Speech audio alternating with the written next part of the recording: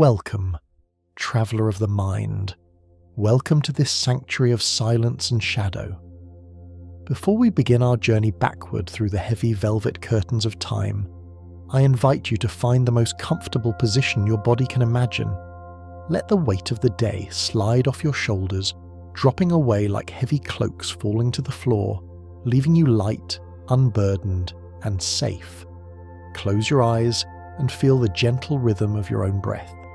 It is a tide, rising and falling, a personal ocean that rocks you gently toward the shores of sleep. There is nothing you need to do right now. There are no demands on your attention, no list to check, no future to plan. There is only the here, the now, and the deep, warm darkness that cradles you. Imagine, if you will, that you're floating in a vast, starless expanse, a place of pure potential and peace. You are weightless here, suspended in a comfort that feels like a soft, warm embrace. As you breathe out, you sink a little deeper into your mattress, feeling the support beneath you rising up to meet your tired limbs. We are going to drift together, you and I, on a slow river of memory. We are going to travel back past the noise of the modern world, past the cities and the lights, past the history of mankind, sinking down through the layers of the earth, down into the deep, quiet roots of our planet. We're going to a time of giants, a time of lush, emerald stillness, and a time of majestic wonder. Allow your imagination to unfurl like a fern in the morning mist. Let the sound of my voice be the wind that carries you there, guiding you gently into a world that existed long before us, a world that waits for you now in the realm of dreams. Relax your jaw, soften your forehead, let your hands rest open and loose. You are safe. You are drifting. You are ready to dream of the ancient earth. As we descend through the mist of time, we arrive softly in the era known as the Mesozoic. Picture this not as a chapter in a textbook, but as a vast, enduring season of the earth, a span of time so long and deep that it defies the ticking of any clock. Imagine standing at the edge of a cliff looking out over a sea of time. This era is a container for millions of sunsets and sunrises, a golden age where life exploded into forms of terrible beauty and immense size. It is a deep breath taken by the planet, holding within it the Triassic, the Jurassic, and the Cretaceous. But tonight, we do not worry about names or dates. We only feel the weight of this time. It feels ancient, solid, and permanent. Visualize the air around you changing as you settle into this epoch. The atmosphere is thick and rich. It is a time before the ice took hold of the poles, a time when the concept of winter was merely a gentle cooling, not a freezing sleep. The deep time of the Mesozoic stretches out like an infinite green carpet.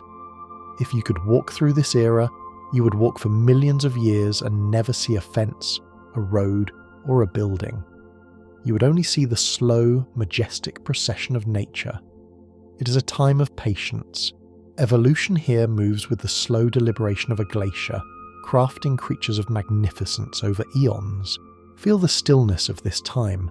It is a silence that has weight, a quietude that wraps around the world like a warm blanket, preserving the secrets of the dawn of giants. In this deep, ancient world, the air caressing your skin feels different than the air you know today. It is warmer, heavier, laden with the scent of growth and life. Imagine a world without ice caps, a planet that is a greenhouse of lush abundance. Picture yourself resting on a mossy bank, feeling the humidity in the air. It is a comforting warmth, like a bath that has been drawn to the perfect temperature. The entire planet is a tropical paradise, steaming gently under a younger, perhaps slightly brighter sun. The warmth fosters a greenery so intense it almost glows. Ferns the size of trees unfurl their fronds above you, filtering the sunlight into dappled patterns of gold and emerald on the forest floor. There is no biting cold here, only a perpetual summer that stretches from the equator to the highest latitudes. Even the seas are warm, tepid and inviting. Imagine the steam rising from a calm lake in the early morning, swirling in lazy spirals, disappearing into the canopy above. This warmth allows life to thrive in every corner, pushing boundaries, growing larger and more vibrant. It is a cradle of heat, incubating the giants. Feel this warmth soaking into your bones, relaxing your muscles, melting away any tension that remains.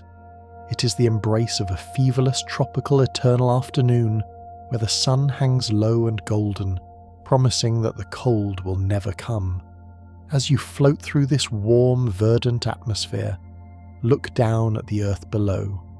In this distant time, the land does not look as it does on the maps of your mind. There are no scattered continents, no vast oceans separating the lands. Instead, there is unity. There is Pangaea. Visualize the world as one giant, unbroken landmass, a supercontinent that hugs the curve of the planet like a single, massive island in a global ocean. If you were to walk, you could travel from the South Pole to the North Pole without ever getting your feet wet. It is a world of connection. The forests stretch endlessly, merging into deserts, which merge into wetlands, all part of the same colossal body of land. Imagine the sense of wholeness this brings. The earth is one. The herds of ancient creatures can roam for thousands of miles, following the rains, following the sun, with no barriers to stop them. It is a singular, massive stage for the drama of life. Picture the coastlines of this supercontinent, thousands of miles of beaches washed by the waves of the Panthalastic Ocean. The sound of those waves is rhythmic, hypnotic, beating against the shore of a world united. This unity feels grounding. It reminds us that everything is connected, that the fractured world we know was once whole, and in the dreamscape it is whole again. You are standing in the centre of the world, and the land stretches out to the horizon in every direction, solid and unbroken. And walking upon this vast, unified stage are the beings that have captured our dreams for generations. The word we use to describe them is heavy with meaning, a word that feels like a stone dropping into a deep well. Dinosaur. It comes from the Greek, whispered through the corridors of Victorian museums and dusty libraries, meaning terrible lizard. But let us soften that meaning tonight. Terrible in the old sense, meaning great, meaning awesome, meaning commanding of respect and fear and wonder. Visualize the first time this name was spoken, the realization that giants once walked where we now sleep. These are not monsters, they are the fearfully great reptiles. The word itself has a texture, rough like scales, sturdy like bone. When you think of the word dinosaur, do not think of teeth and claws, but of majesty. Think of the nobility of a creature that ruled the earth for so long that our own human history is but a blink of an eye in comparison. The word is a key that unlocks the gate to this ancient garden. It creates a space in your mind for things that are larger than life. Let the word echo in the canyons of your mind. Dinosaur. It is a grounding mantra, a connection to a lineage of life that was successful, dominant, and magnificent. It is a word that commands the silence to listen. Among these great lizards, there walks one that defies the very physics of our imagination. Let us focus our mind's eye on the Argentinosaurus. To understand this creature, you must adjust the scale of your reality. Imagine a building, 5 or 6 stories tall, moving with a slow, rhythmic grace. This is not a static structure, but a living, breathing mountain of flesh and bone. The ground trembles rhythmically, thump, thump, thump, a lullaby of sheer mass. Picture yourself lying in the tall grass as this gentle giant passes by. It blocks out the sun, casting a long, cooling shadow over you. Its neck stretches out like a suspension bridge, reaching into the clouds, disappearing into the canopy of the highest trees. It is the largest land animal to ever exist, a testament to what biology can achieve when given time and warmth. The movement of the Argentinosaurus is hypnotic because it cannot be rushed. It moves in slow motion, every step a calculated placement of tons of weight. There is a serenity in its size. It has nothing to fear. It simply exists, a monument to life's grandeur. Feel the deep, resonant vibration of its call, a sound so low it is felt in the chest more than heard with the ears. It is a hum of pure power and peace, vibrating through the earth, soothing you, anchoring you to the ground. To fuel a body of such impossible magnitude, the life of these great long-necked sauropods was one of perpetual peaceful grazing. Imagine the life of a creature whose only task is to eat, to sustain the mountain of its body. There is a meditative quality to their existence. They do not hunt, they do not chase, they simply browse. Visualize the giant head moving smoothly through the tops of the conifers and the tree ferns. The sound is crisp and repetitive. The stripping of needles, the crunching of leaves. They are nature's great pruners. They do not chew their food the way we do. They swallow it whole, letting the great internal furnace of their bodies break down the tough plant matter. Imagine the smell of pine resin and crushed ferns that surrounds them. It is a fresh, green scent. They stand in the shallow waters of ancient lakes, cooling their massive legs, dipping their heads to drink, then returning to the slow, rhythmic stripping of the trees. It is a life of simple purpose. Eat, grow, live. There is no urgency here, only the slow, steady intake of energy from the sun-soaked leaves. It is a cycle of energy flow from the sun to the plant, from the plant to the giant. A peaceful transfer of life force that has happened for millions of years. Watch them graze in your mind's eye, a herd of moving hills, peaceful and content. Drifting further through this ancient landscape, we spot a silhouette that is unmistakable against the setting sun. It is the Stegosaurus, a creature carrying a mountain range on its back. The great kite-shaped plates rise from its spine, creating a jagged, beautiful horizon of bone and skin. While they look like armour, let us imagine them as something softer, something warmer. Think of these plates as solar panels made of living tissue. In the cool of the morning, the Stegosaurus turns its side to the rising sun. Visualize the blood pumping through those great plates, warming up as the sunlight hits them. You can almost feel the sensation of that warmth spreading from the spine, radiating out to the limbs, waking up the massive body. It is a creature of the sun. The plates flush with colour, perhaps a deep earthy red or a vibrant orange as they absorb the heat. It is a slow, pleasurable charging of the internal batteries, and when the tropical sun becomes too high and hot, the creature turns, the plates catching the breeze, acting as radiators to cool the blood. It is a perfect dance with the elements, a biological mastery of temperature. Imagine sitting near this creature, feeling the heat radiating gently from its plates, a living campfire in the prehistoric dusk. As we look closer at these creatures, we must let go of the grey and green images of old, dusty books. The true world of the dinosaurs was a world of colour. Nature has never been monochrome, and neither were they. Science has whispered secrets to us from fossilised pigments, telling us of rust-coloured feathers and banded tails. Picture a small dinosaur flitting through the undergrowth, not covered in scales, but in a coat of soft, downy feathers. These are not feathers for flight, but for warmth and display. They are soft to the touch, like the fuzz of a peach or the down of a chick. Imagine the colours: vibrant chestnuts, deep russets, perhaps flashes of white and black stripes ringing a long tail. The landscape is alive with these hues. A large predator might have a flash of crimson on its snout.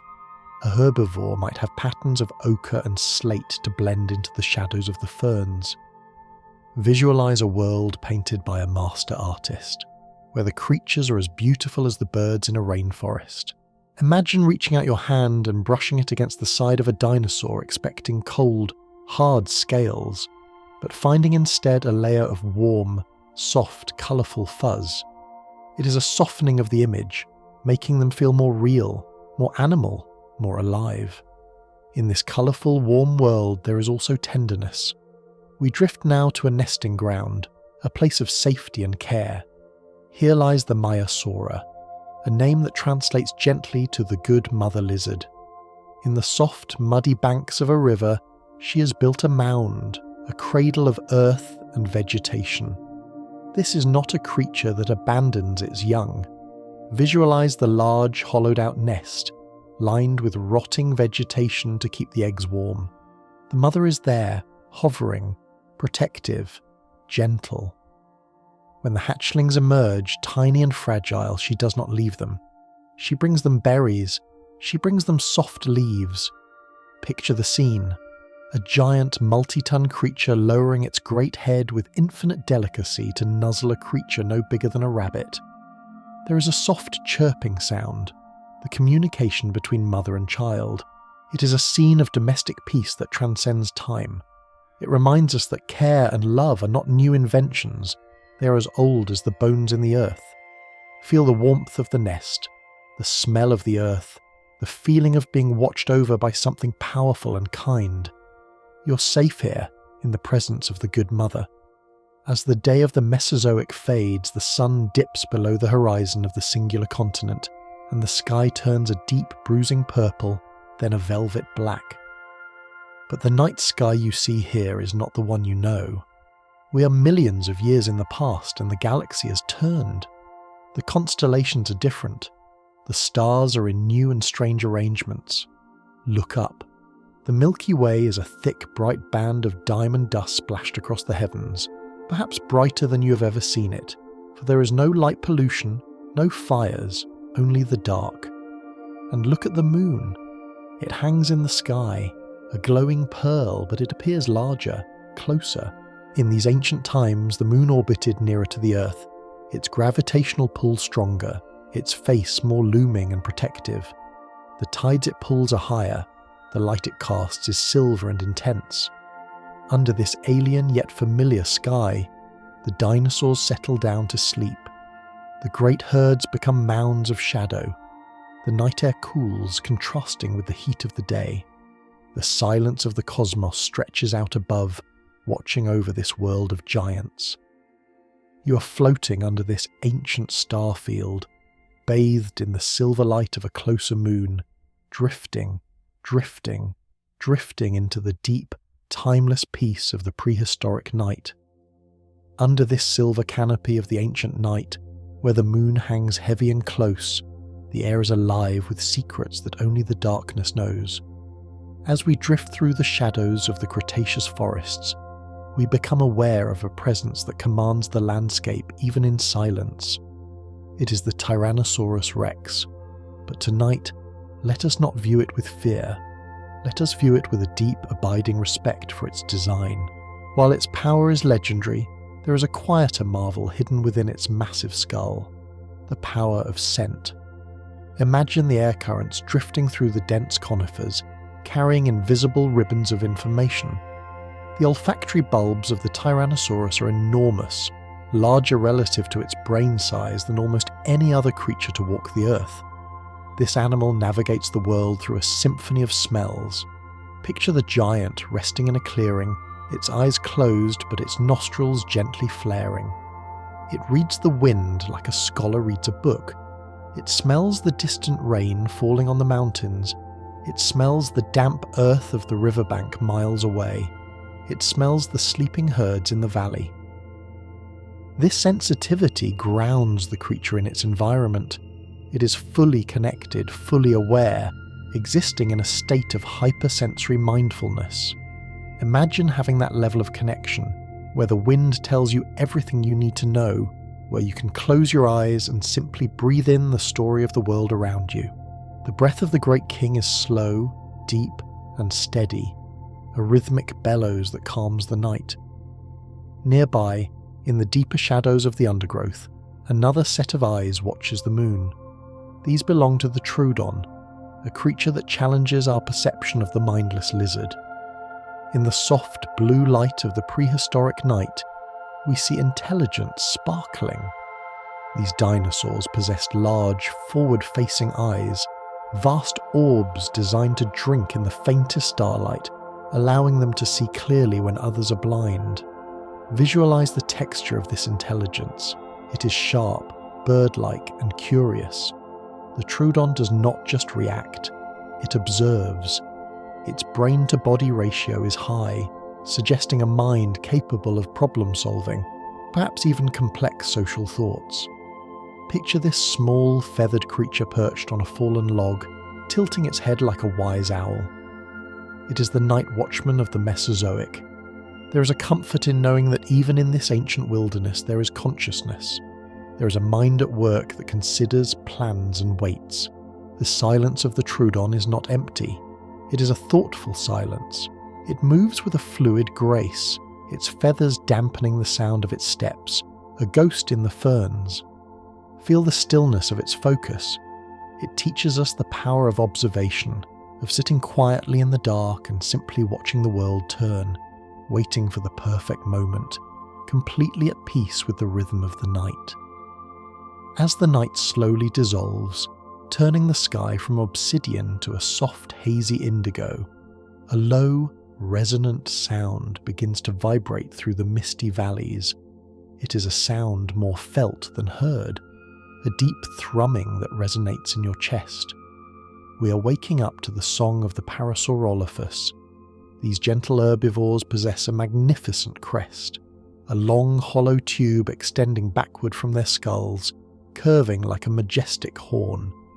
For years we wondered at its purpose, but now let us imagine it as a musical instrument, a biological trombone. As the sun begins to bleed gold through the morning mist, the herd begins to call to one another.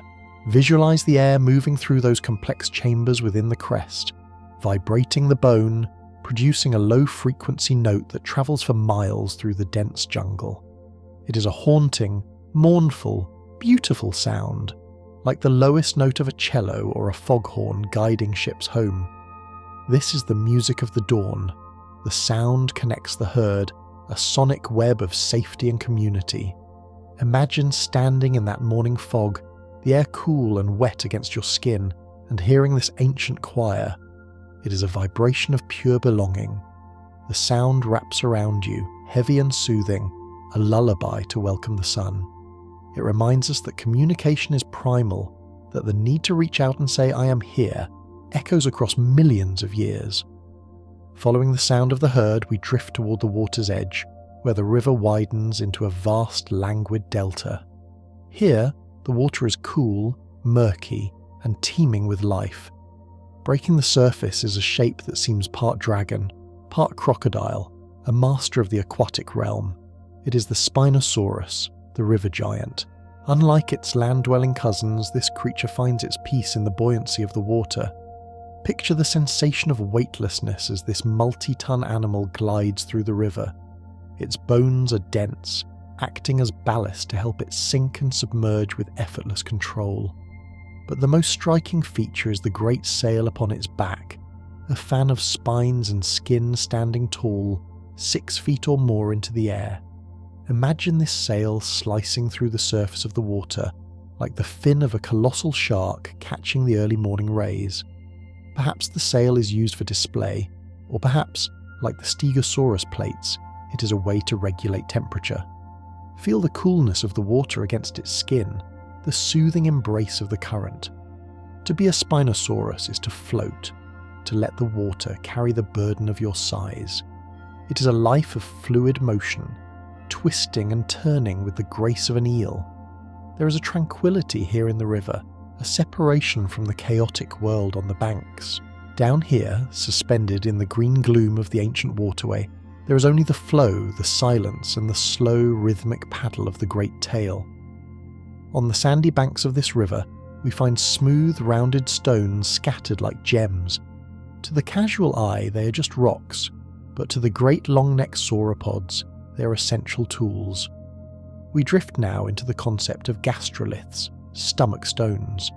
These magnificent giants, lacking the molars to chew the tough, fibrous pines and ferns, swallow these smooth river stones whole. Visualize the journey of a single, cool, grey stone. It is selected by the soft lips of a diplodocus, lifted from the riverbed and swallowed. It travels down the long, dark corridor of the neck to settle in the muscular gizzard. There, along with other stones, it performs a rhythmic dance. As the animal moves and digests, the stones grind together, crushing the leaves and twigs into a digestible paste. It is a geological mill working inside a biological mountain. Think of the sound, a muffled rhythmic clacking like stones tumbling in a slow tide. There is something grounding about this connection between the living animal and the inorganic earth. They carry a piece of the river with them wherever they go. They carry the weight of the earth to sustain their lives. It speaks to a deep symbiotic relationship with the land itself.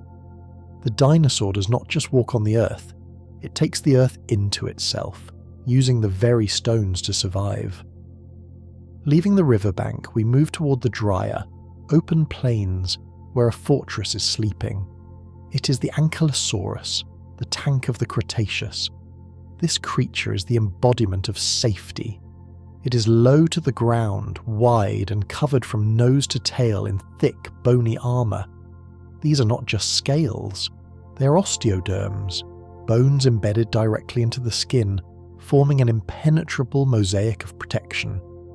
Imagine the feeling of being inside that shell.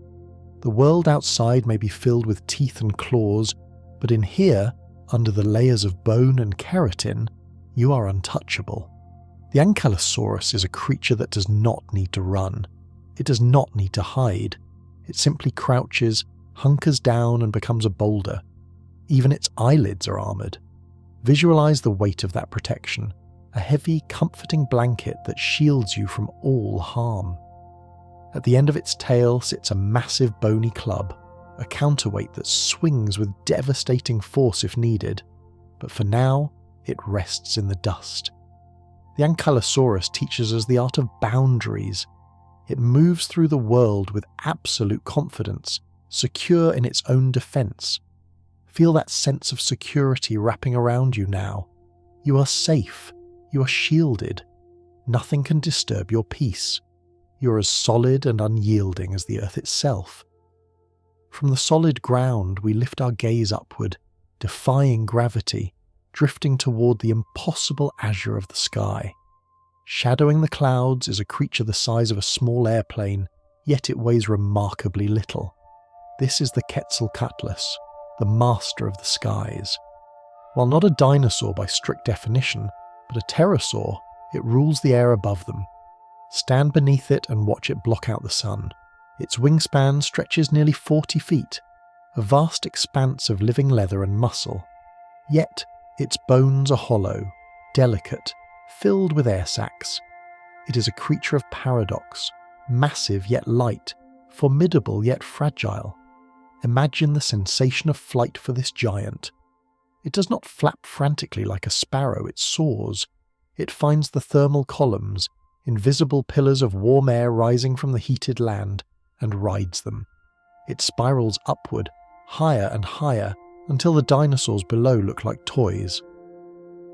There is a silence up there in the stratosphere, a quietude broken only by the wind rushing over the membrane of the wings. The Quetzalcoatlus is a drifting vessel, a kite tethered only to the currents of the atmosphere. Feel the freedom of that altitude. The world below is a tapestry of green and brown, but up here there is only the blue, the sun, and the effortless drift. It is the ultimate release, letting go of the earth to dance with the wind. As we descend from the heights, we find ourselves gliding through the mid-canopy of the dense forests, amidst the dappled sunlight. Here, the line between dinosaur and bird blurs into a shimmer of colour. We meet the Microraptor, a small, sleek creature that gleams like a jewel. Recent studies of their fossilised melanosomes, the pigment cells, reveal that they were not dull brown, but an iridescent glossy black shimmering with hues of blue and violet, much like a raven or a starling today. Picture this creature perched on a branch, the sunlight hitting its feathers, exploding into a spectrum of midnight blues and oil-slick purples. But the Microraptor has a secret. It has 4 wings. Feathers trail from its hind legs as well as its arms. It is a biplane of nature. Watch it leap from a branch. It does not fall, it glides. It spreads all 4 limbs, becoming a living parachute, drifting silently from tree to tree. The air catches in the feathers, slowing its descent, allowing it to navigate the maze of trunks and vines with precision. It is a moment of pure grace. The texture of the feathers is sleek and smooth, perfectly groomed. The iridescence catches the eye, a flash of the living art in the green gloom.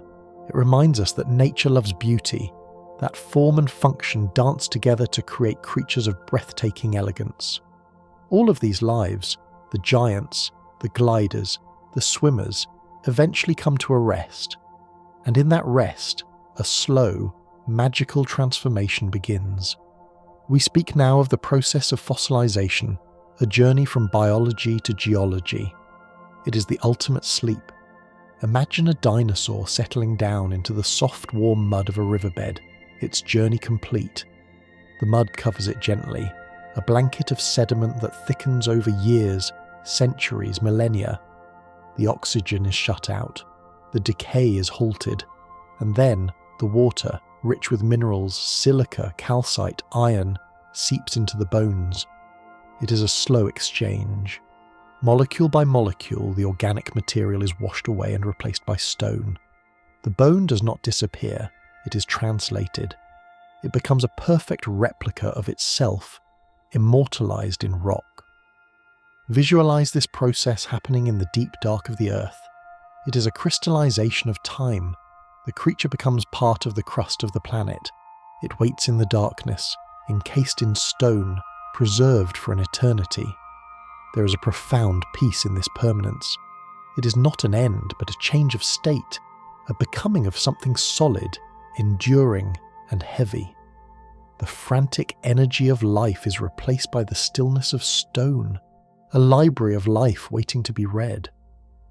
While the bones turn to stone, the forests themselves leave a different kind of ghost, one that captures the very light of the Mesozoic sun. We drift now to the wounded side of an ancient pine tree. Sticky golden resin oozes from the bark, glowing in the afternoon heat. This is the birth of amber. The resin is warm, viscous, and sweet-smelling. It creates a trap for the tiny things, a gnat, a spider, a single feather drifting down from a fight above. As the resin flows over them, it seals them instantly, locking them in a golden tomb. Over millions of years, this resin hardens, polymerizes, and becomes a gemstone. But unlike the heavy stone fossils, amber is light. It is warm to the touch, and when you hold it up to the light, it glows. It holds the actual atmosphere of the dinosaur era inside it. Bubbles of ancient air, the pollen of extinct flowers, the DNA of life long gone. It is a time capsule of golden light. Imagine yourself as that piece of resin, slow-moving, warm, encompassing everything you touch, preserving the moment forever.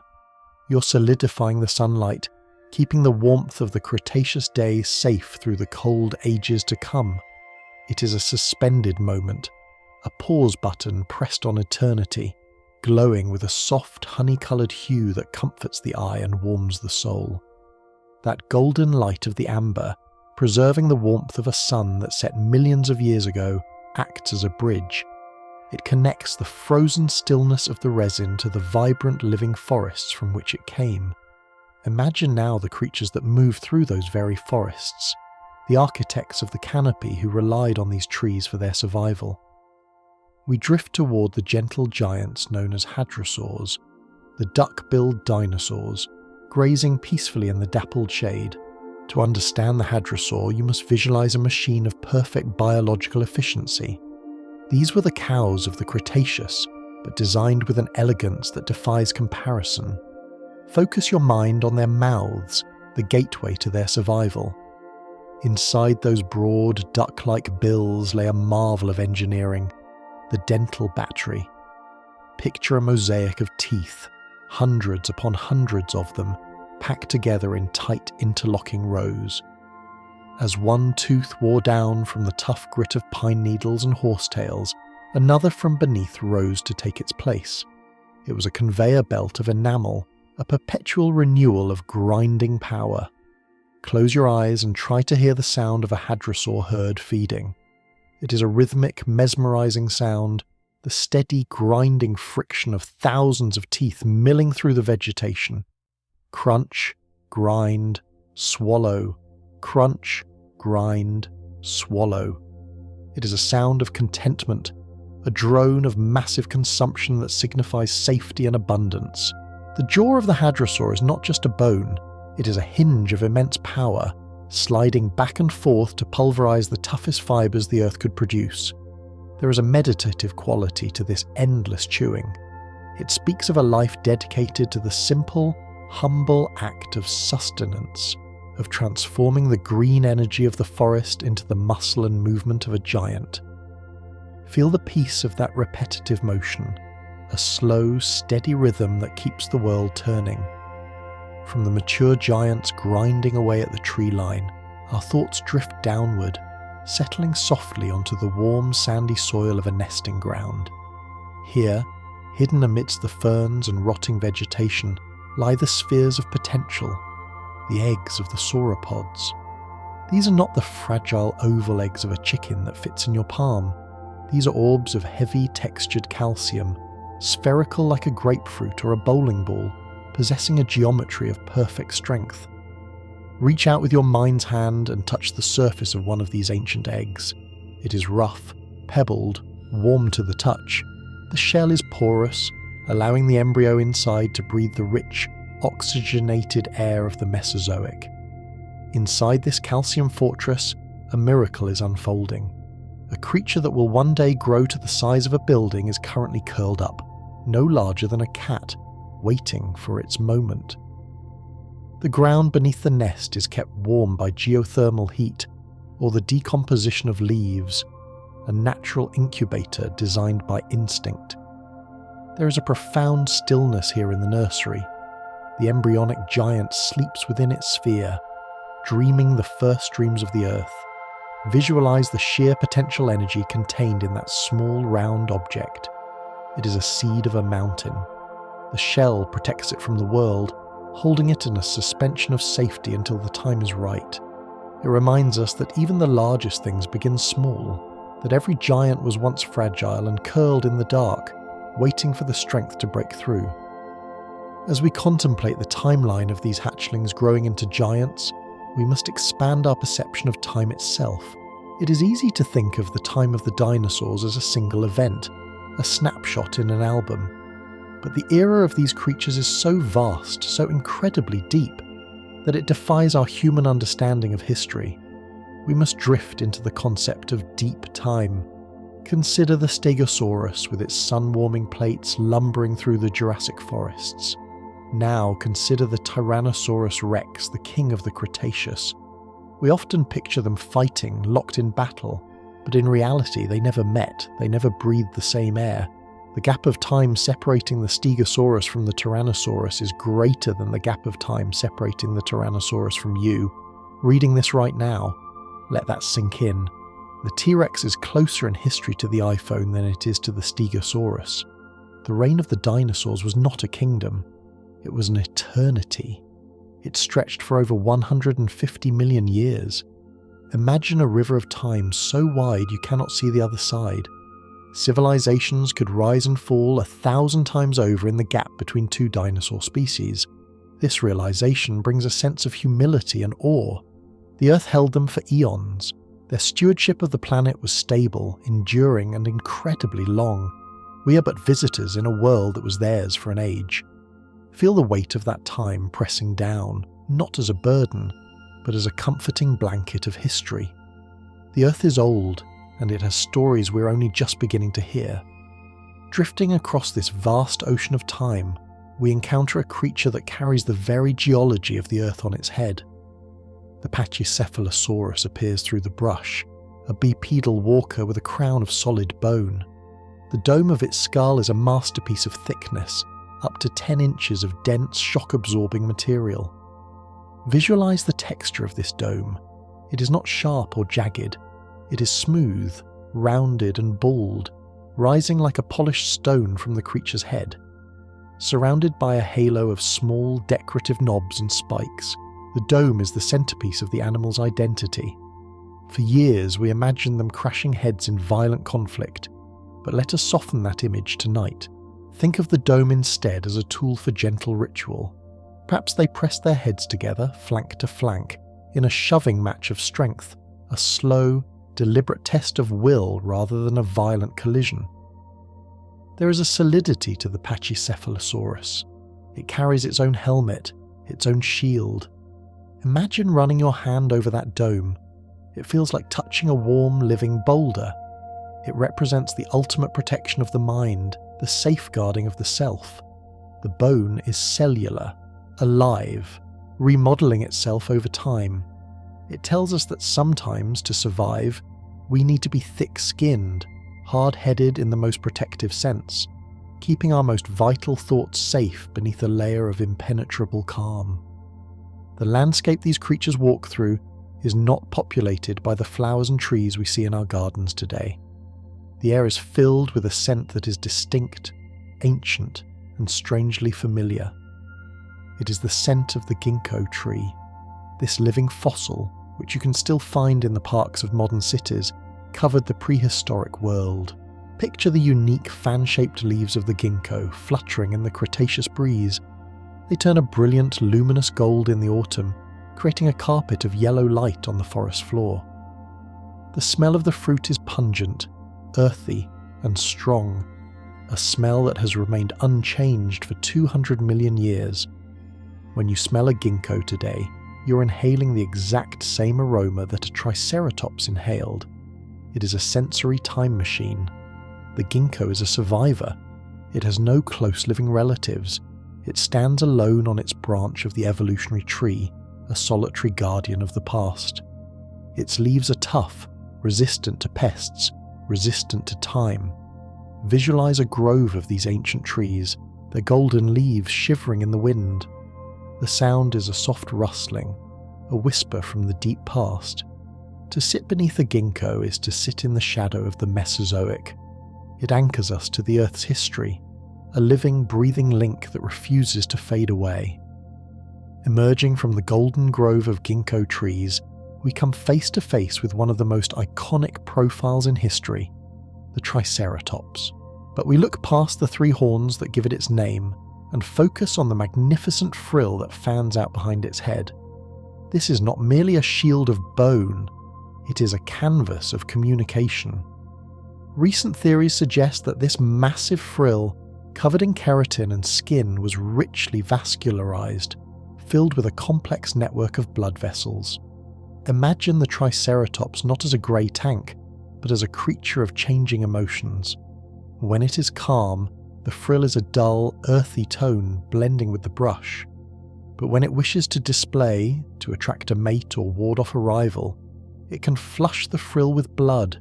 Visualize the transformation. The great shield suddenly glows with vivid patterns of red and orange, huge eye spots of colour appearing like magic. It is a biological neon sign. The creature communicates its vitality, its strength, and its mood without making a sound. The frill also acts as a giant radiator. Standing in the morning sun, the Triceratops turns its frill to the light, and the blood within warms rapidly, spreading heat to the rest of its massive body. It is a harmonious interaction with the sun. Picture the heat shimmering off the frill, the vibrant colours pulsing with the heartbeat of the animal. It is a display of life in its most vibrant visual form. Deep within the chest of these massive animals, there is a rhythm that drives the entire ecosystem. We must pause to consider the heart of a giant. Let us focus on the Argentinosaurus again, or any of the great titanosaurs. To move blood up a neck that is 40 feet long, fighting the pull of gravity requires a pump of astronomical power. Visualize the heart of this creature. It is not the size of a human fist or even a watermelon. It is the size of a small car. It is a cavernous chamber of muscle, weighing hundreds of pounds. The beat of this heart is not a rapid flutter. It is a slow, seismic event. Thump, thump, thump. Each beat pushes gallons of life-giving blood through arteries as thick as fire hoses. There is a profound comfort in imagining this slow rhythm. It is the biological metronome of the ancient world. A heart rate this slow implies a life that is not rushed. It takes time for the blood to circulate, time for the oxygen to reach the distant tail. The giant lives in a state of physiological patience. Close your eyes and sync your own breathing to this imaginary rhythm. Inhale for the duration of the silence, and exhale as the great heart contracts. It is a heavy, lulling beat, a drum in the deep distance that signifies the persistence of life against the odds. In the shadows of the Cretaceous woodlands, there wanders a creature that presents a beautiful paradox. The Therizinosaurus looks like the villain of a nightmare, possessing the longest claws in the history of the animal kingdom. 3-foot-long scythes of bone and keratin hang from its hands, curved and terrifying. But appearances, as always, are deceiving. Watch this creature in the mind's eye. It is not hunting. It is sitting on its massive haunches, looking up at a high branch. It raises those terrifying claws, not to slash at prey, but to gently hook a leafy bough. It is a vegetarian, a gentle giant, the panda of the dinosaur world. Those sword-like claws are merely oversized garden rakes, designed to bring the tastiest leaves within reach of its beak. There is something whimsical about the Therizinosaurus. It is a pot-bellied, feathered giant, covered in a shaggy coat, using weapons of war for a peaceful harvest. See it delicately preening its feathers with those massive claws, a feat of dexterity that defies its clumsy appearance. It teaches us that we cannot judge a creature by a single feature. The most fearsome-looking tools can be used for the gentlest of purposes. Watch it strip the bark from a tree, slow and methodical, a master of its own strange and wonderful niche. We leave the land now, drifting away from the forests and the plains, toward the edge of the great western interior seaway. The water is dark, salty, and vast. Here, the dinosaurs do not rule. Here, the Mosasaurus reigns.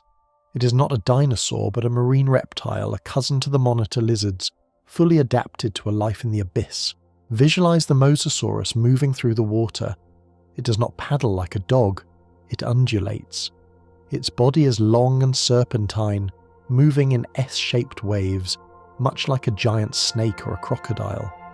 With a powerful flick of its vertical tail fluke, it propels itself forward with terrifying speed. But when it is at rest, it hangs suspended in the blue gloom, weightless. The Mosasaurus breathes air, so it must return to the surface.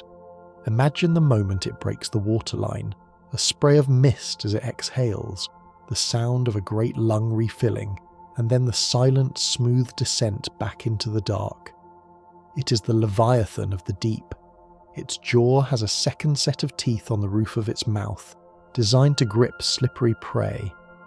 But in our sleep journey, we see it in its moment of calm, gliding through the kelp forests of the ancient sea, the light from the surface dancing in beams on its back, a ruler of a silent blue world. Finally, we travel to the ends of the earth, to a place where the tropical heat of the Mesozoic fades into a chill. We find ourselves in the polar regions of the ancient south, in what is now Australia and Antarctica. Here, the winter does not bring ice sheets, but it brings something else: darkness.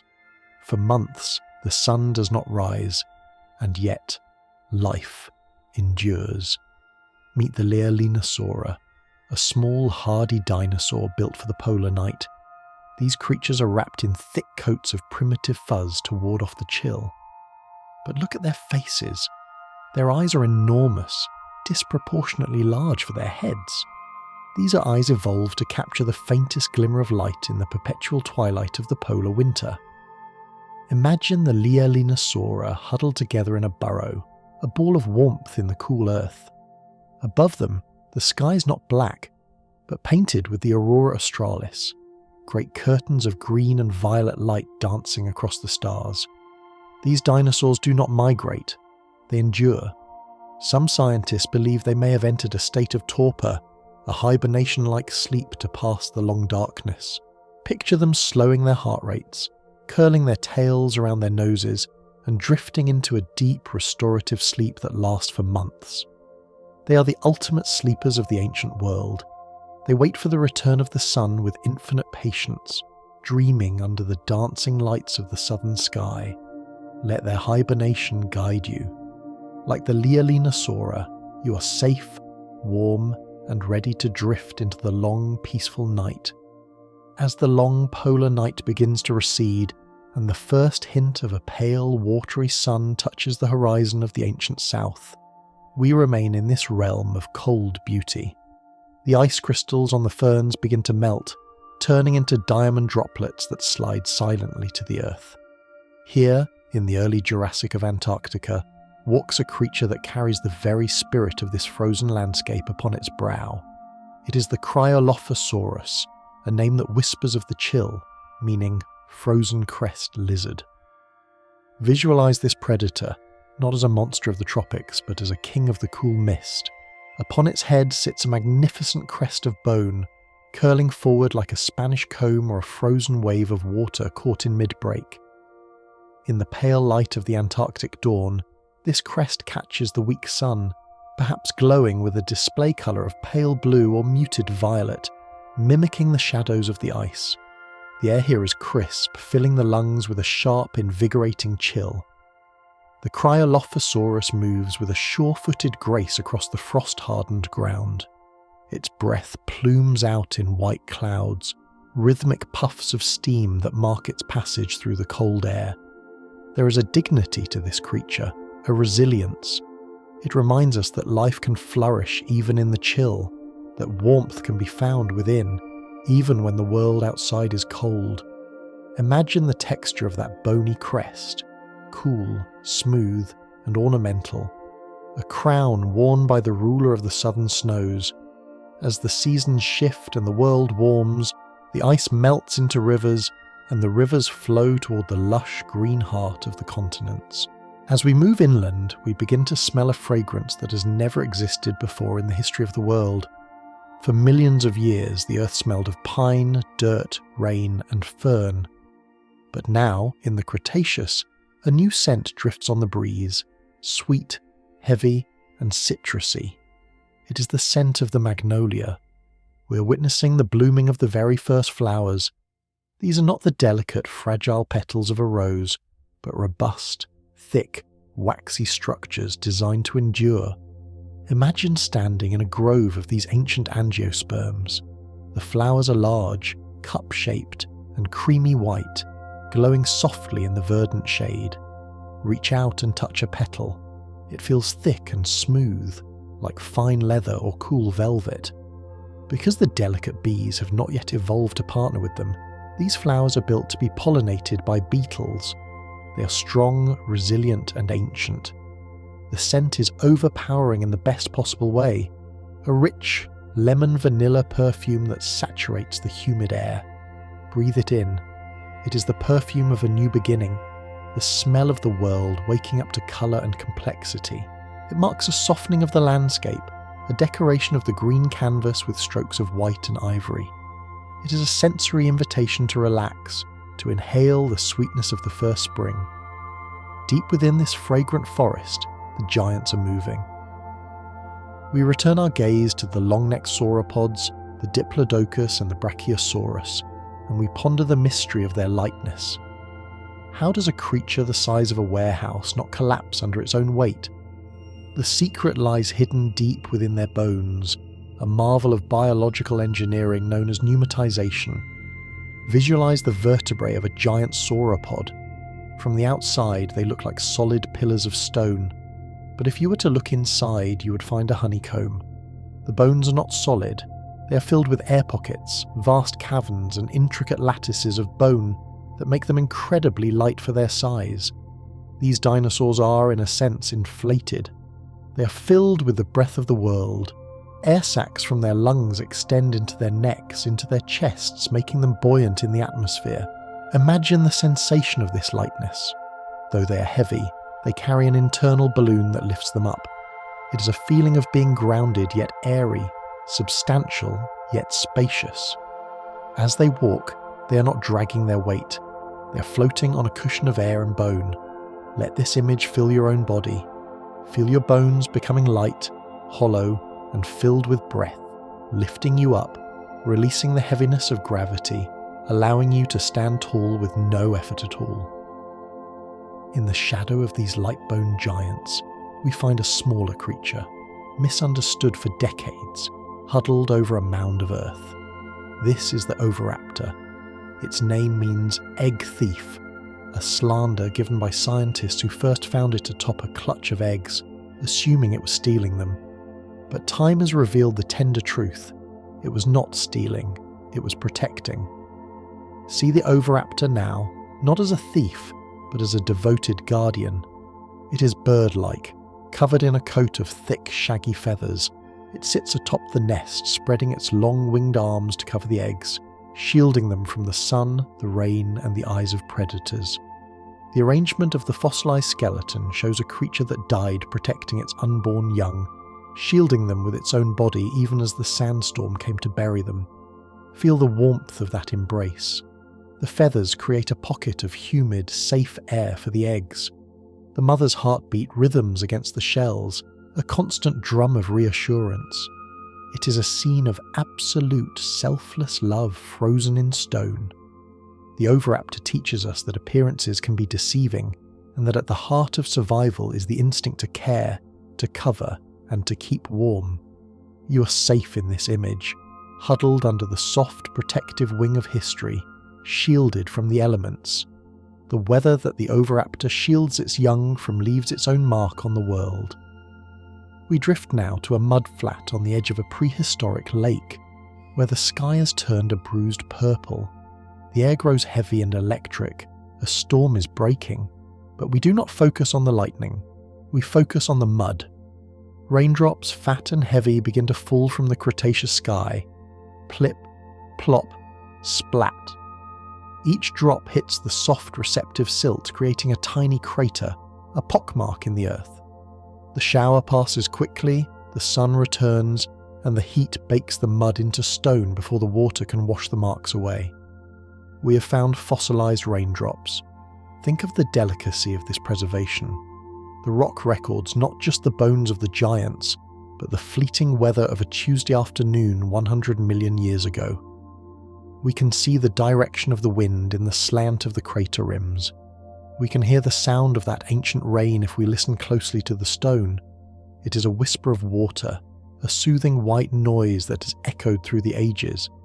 It reminds us that even the most transient moments, a passing shower, a single breath, can leave a permanent impression. Let the sound of that phantom rain wash over you now, a gentle rhythmic patter that cleanses the mind and cools the spirit. Down by the river, where the water runs deep and slow, a different kind of patience is being practiced. Emerging from the reeds is the Baryonyx, a specialized hunter with a long, narrow snout like a gharial. It does not chase, it waits. Visualize this dinosaur standing thigh-deep in the flowing water. It is perfectly still, a statue of concentration. Its claws are enormous, curved hooks, but they hang loose and relaxed for now. The Baryonyx is attuned to the vibrations of the river. It feels the swirl of the current around its legs. It senses the disturbance of a fish swimming nearby. It is a master of the pause. It does not rush the river, it lets the river bring the bounty to it. There is a meditative quality to this stillness. The water ripples against its scales, cool and soothing. The sunlight dappling through the riverside willows paints moving patterns on its back. To be the Baryonyx is to be completely present, waiting without anxiety, trusting that what you need will swim into view if you simply stand your ground and breathe. It is the embodiment of flow, of working with the current rather than fighting against it. In the dense underbrush nearby, a small dinosaur demonstrates the art of disappearing. The Psittacosaurus, a small parrot-beaked herbivore, moves quietly through the ferns. It is a master of light and shadow, utilizing a biological trick called countershading. Picture its skin. The scales on its back are dark, a deep, earthy brown. The scales on its belly are light, a pale cream. This is not accidental. When the sun shines down from above, it lights up the back and casts the belly in shadow. The dark back absorbs the light, and the light belly counteracts the shadow, flattening the animal's appearance, making it blend perfectly into the background. It is an optical illusion of safety. The Psittacosaurus is invisible to the predator's eye, a ghost in the daylight. Imagine the feeling of being cloaked, of blending so perfectly with your surroundings that you become part of the forest itself. You're not a target, you're just another texture in the landscape. There is a safety in this anonymity, a comfort in being hidden, camouflaged and secure in the gentle interplay of light and dark. We take flight now, lifting off from the riverbank and drifting toward a shallow, salty lagoon. Here, the water is pink with algae and teeming with microscopic life. Wading through the shallows is a pterosaur unlike any other, the pterodistro. This creature is nature's filter. Its lower jaw curves upward, lined not with sharp teeth, but with 1,000 distinct bristle-like teeth that act as a sieve. Visualize it sweeping its beak through the water in long rhythmic arcs. Swish, swish, swish. It takes a mouthful of water and presses it out through the bristles, trapping the tiny crustaceans inside. It is a graceful, repetitive feeding dance. Because of its diet of tiny shrimp and algae, it is likely that the pterodistro is pink, much like a modern flamingo. Picture a flock of them, a cloud of soft rose and salmon colours against the blue water. They are gentle sifters, purifying the water, taking only what they need. The sound of their feeding is a soft splashing, a rhythmic lapping of water that is incredibly hypnotic. It is a life of simple sifting, of letting the unnecessary flow away and keeping only the nourishment. Leaving the lagoon, we come across a hardened path in the mud, a highway of history frozen in stone. These are trackways, the fossilized footprints of a herd moving together. We see the large, round depressions of the adults, deep and heavy, and weaving in between them, the smaller, lighter prints of the young. There is a profound sense of connection in these tracks. They tell a story of companionship. The animals were not walking alone, they were walking together. You can see where one slipped in the mud and corrected itself. You can see where the herd turned to avoid a grove of trees. Place your own foot in your mind into one of these massive footprints. It is a perfect fit for your imagination. You're walking in the wake of giants. You're following a path that was laid down eons ago. There is a comfort in following the trail, in knowing that others have walked this way before you. You do not need to forge a new path tonight. You only need to follow the gentle, heavy steps of the herd, moving slowly toward the horizon. It is a journey of trust, step after step, guided by the legacy of those who came before. As the journey of the individual dinosaur continues, there comes a time for renewal. We end this cycle of thoughts with the sensation of molting.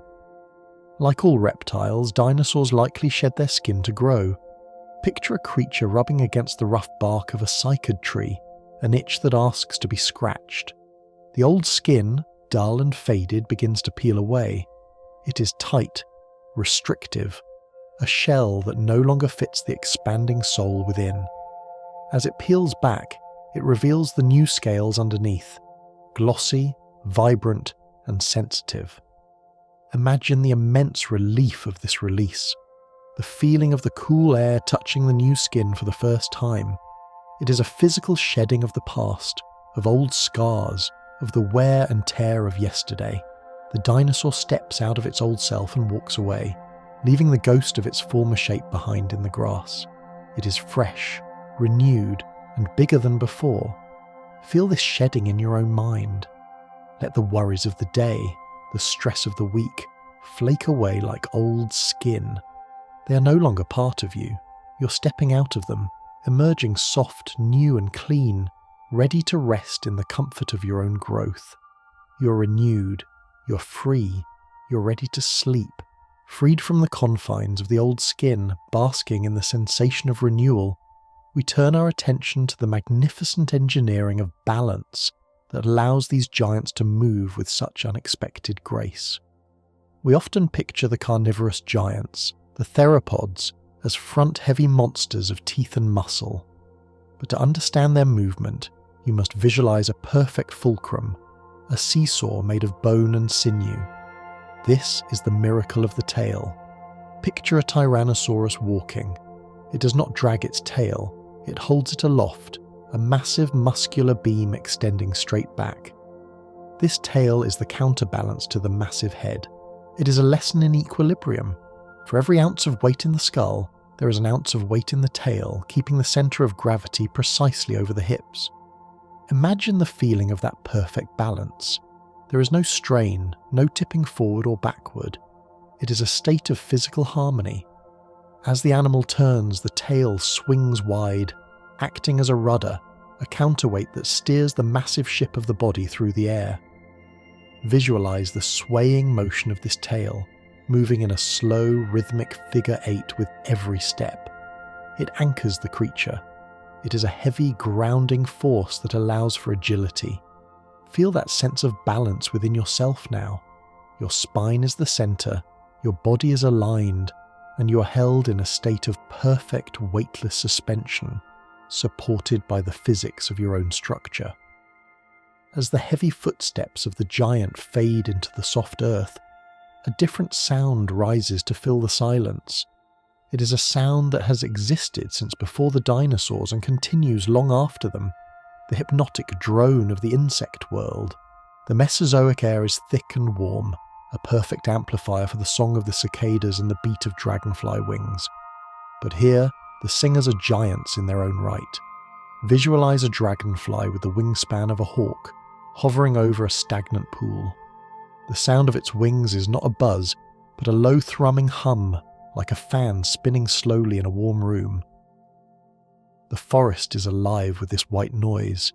It is a wall of sound that wraps around you, a constant steady vibration that drowns out all other distractions. Hum. It rises and falls with the heat of the day. This is the heartbeat of the ecosystem. It is a sonic blanket, consistent and predictable. There is a deep comfort in this ancient drone. It signals that life is continuing, that the small gears of the world are turning.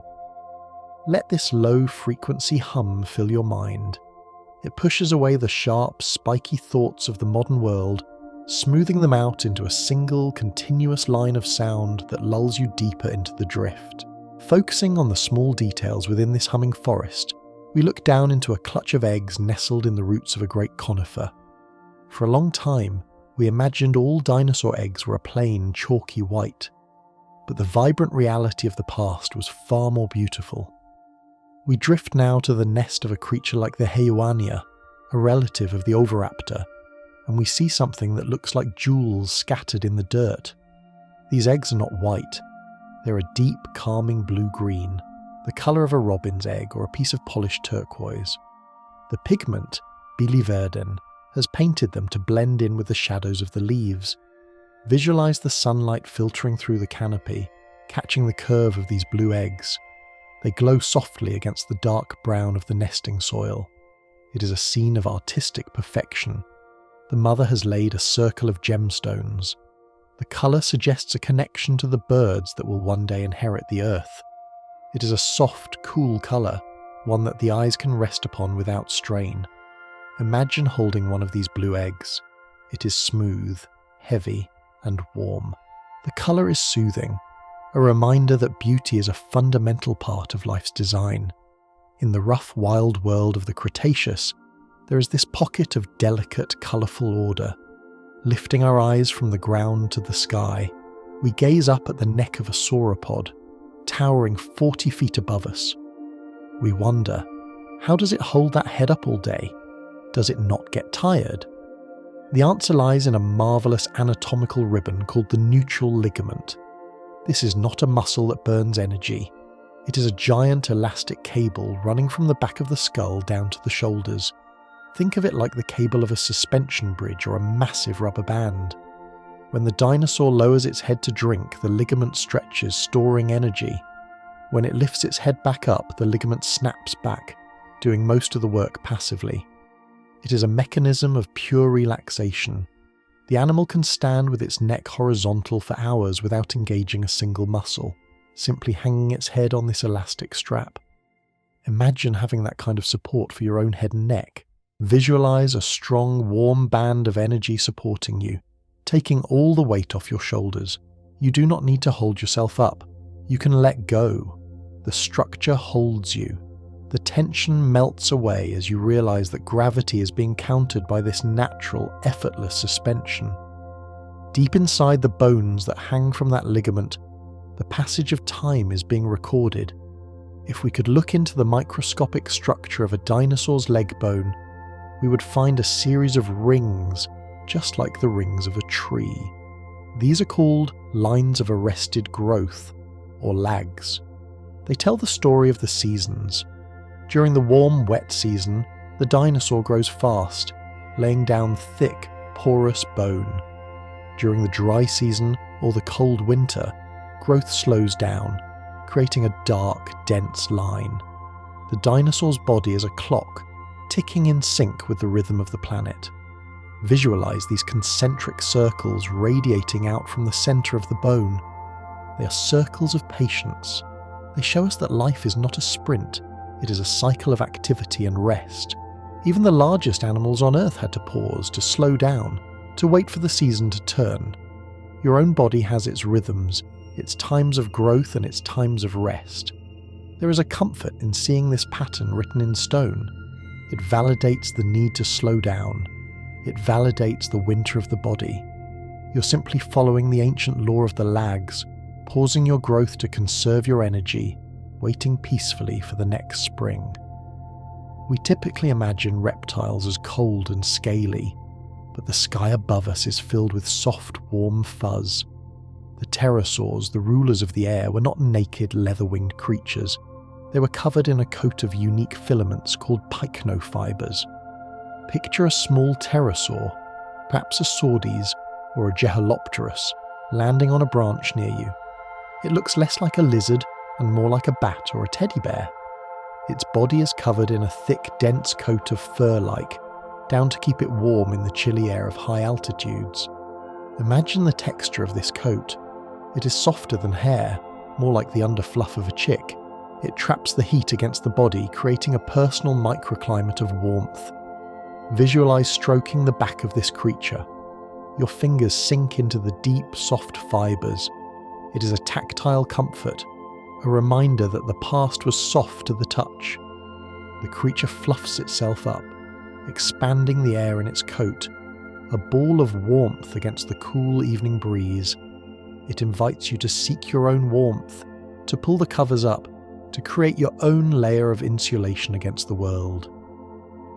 On the open plains below, a flock of gallimimus moves like a single entity. These are the chicken mimics, ostrich-like dinosaurs built for fluid speed. But we're not watching them run from a predator. We're watching them run for the sheer joy of movement. They flow over the landscape like water poured from a pitcher. Their long legs cycle with a mesmerizing rhythm. There is no jarring impact, only a smooth, rolling gait. Their long tails act as counterbalances, keeping their heads perfectly level as their bodies undulate. The flock turns in unison, a wave of feathers and scales shifting direction as if sharing a single mind. It is a display of aerodynamics and fluid dynamics.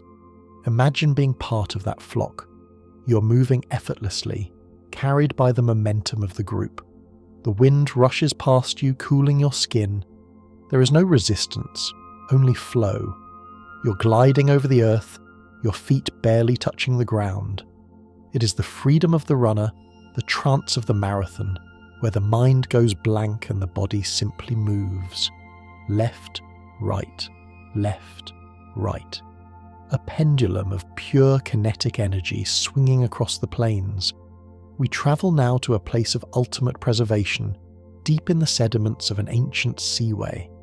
Here lies the Borealopelta, a creature that has become known as the sleeping dragon. This nodosaur, a tank-like herbivore, died and washed out to sea, sinking gently to the ocean floor where it was buried in soft, fine mud.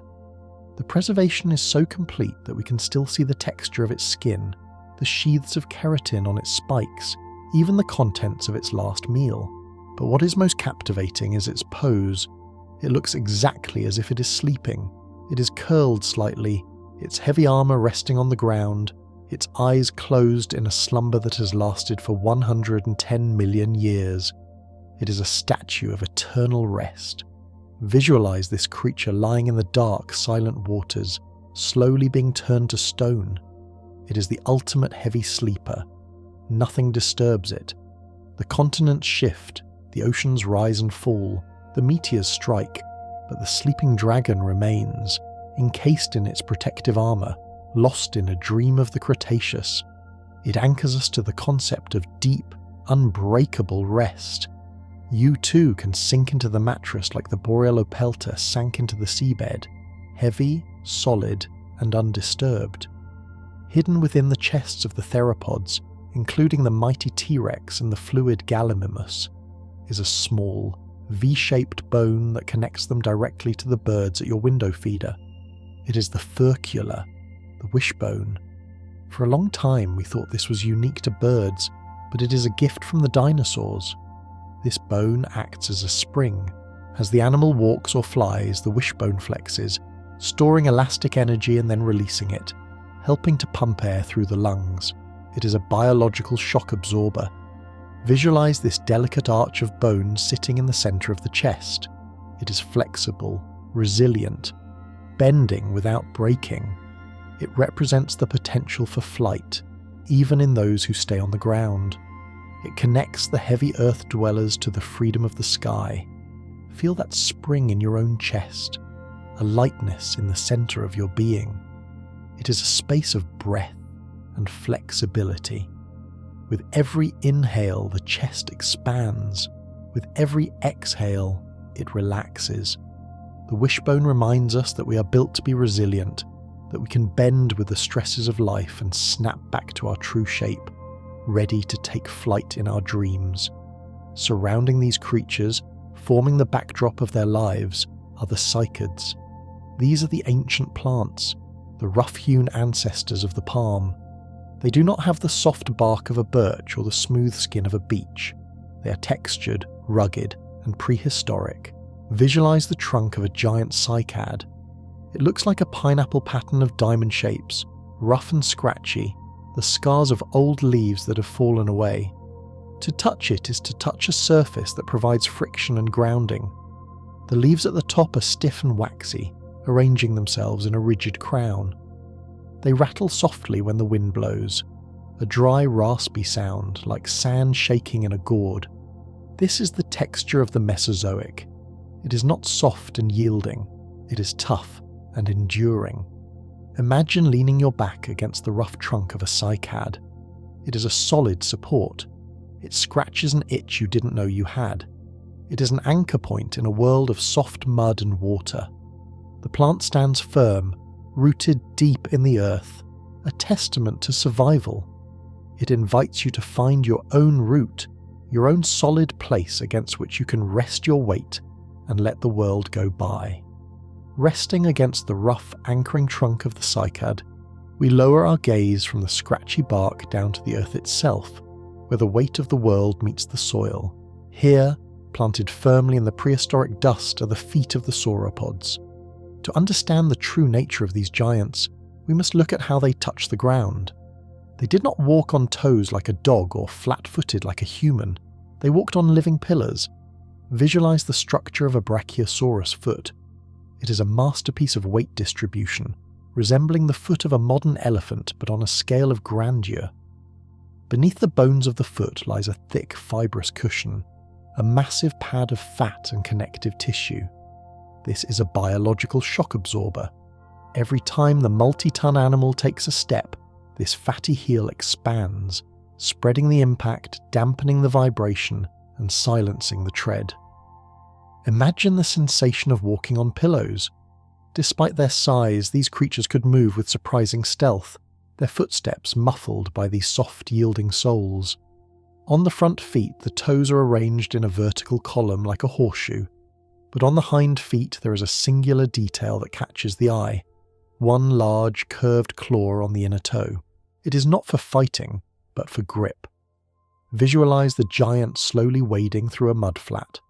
The soft pads spread to prevent sinking, while that single claw digs in, anchoring the animal, providing the traction needed to push the mountain of its body forward. There is a deep, grounding comfort in this image, the feeling of being perfectly supported, of having a foundation that is soft enough to yield, but strong enough to hold you up. You are grounded, you are stable, you are walking on the earth with the confidence of a giant. Growing around these massive cushioned feet, forming a verdant carpet that stretches to the horizon, are the ancient thickets of equisetum, known to us as horsetails or puzzle grass. These are not the soft, leafy grasses of your front lawn, for true grass has not yet conquered the world.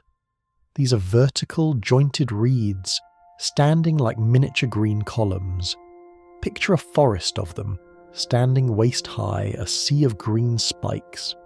Each stem is segmented, ribbed and rough to the touch, containing silica, the same material as glass.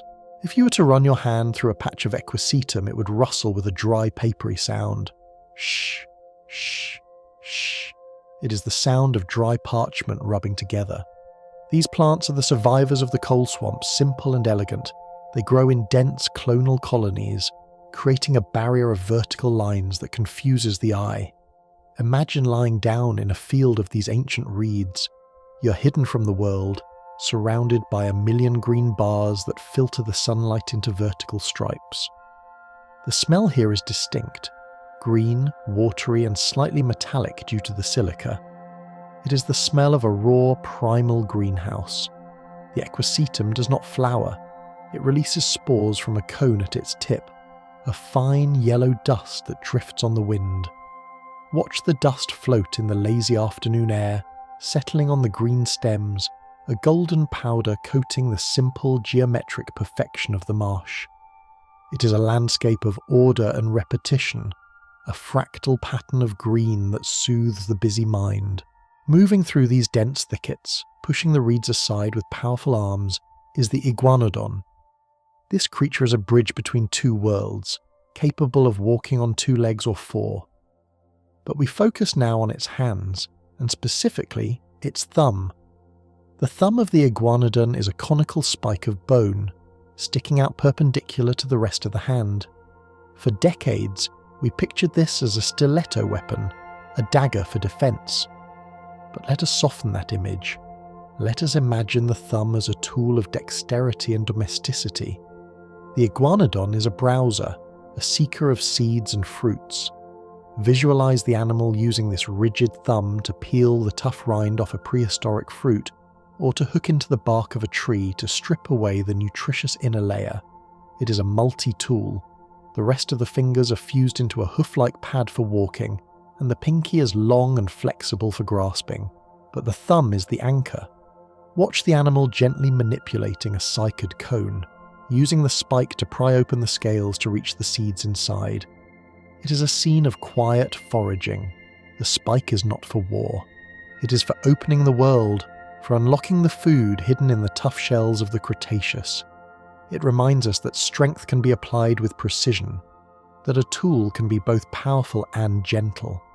The iguanodon moves on, its thumb spike catching a gleam of sunlight, a specialized key for a locked and rugged world. As the iguanodon moves into the sunlight, we get a clear look at the texture of its skin and the skin of its cousin, the Argentinosaurus. We are fortunate, for the earth has preserved not just their bones, but their mummies, impressions of skin left in the mud that hardened into stone. And what we see defies the image of the jagged, crocodile-like monster. The skin of the Argentinosaurus is not covered in overlapping armour-like scales. Instead, it is paved with non-overlapping tubercles. Picture the finest, most expensive pebbled leather you can imagine. The scales are small, hexagonal and soft, fitting together like a mosaic floor. In some places, the skin is wrinkled and folded, hanging loose around the neck and flanks, allowing for movement. Reach out in your mind and touch the flank of this gentle giant. It does not feel cold and hard. It feels like warm, dry leather, supple and thick. It is a hide built for durability but also for flexibility. There are patterns in the scales, rosettes and clusters that perhaps indicated colour changes, patches of lighter tan against a darker brown. It is a tactile landscape of hills and valleys on the animal's side. This soft pebbled texture is comforting. It is not the armour of a tank. It is the hide of a living, breathing animal that slept in the sun and walked through the rain. It feels familiar, like the worn leather of an old armchair, inviting you to sink into its history and rest. Low to the ground, grazing on the soft ferns that grow in the shadow of the leather-skinned giants, is a creature with a face unlike any other. It is the Nigersaurus, a sauropod that has adapted to a life of humility. While its cousins reach for the treetops, the Nigersaurus keeps its head down, focused on the green carpet below. Visualize its mouth. It is shaped like the nozzle of a vacuum cleaner, a wide, flat rectangle that spans the entire width of its face. Inside this wide mouth are more than 500 teeth, but they are small, slender, and packed into the very front of the jaw. It is a biological lawnmower. The bones of its skull are incredibly delicate, translucent in places, light as a feather. This is not a creature of brute force. It is a creature of precision browsing. Watch it feed. It sweeps its head side to side in a rhythmic arc, cropping the ferns and horsetails with absolute efficiency. Sweep left, sweep right, sweep left. The motion is hypnotic, a pendulum of feeding. It does not need to lift its head high. It finds everything it needs right here at ground level. It teaches us the value of looking down, of finding nourishment in the small things that others overlook. There is no strain in its neck, no reaching for the impossible. It is content with the abundance that lies directly before it. The Nigersaurus is the gardener of the Cretaceous, trimming the undergrowth, keeping the forest floor neat and open, a peaceful worker in the green fields of time. The silence of this garden is broken not by a roar, but by a sound much more profound. For a century, movies have taught us that dinosaurs screamed with open mouths, like lions. But the anatomy of birds and crocodiles, the closest relatives, suggests a different, deeper truth. Closed mouth vocalization. Imagine standing near a Tyrannosaurus or a large hadrosaur. The creature's mouth is shut tight. Its throat swells slightly, inflating like a massive balloon. And then the sound begins. It is not a shriek.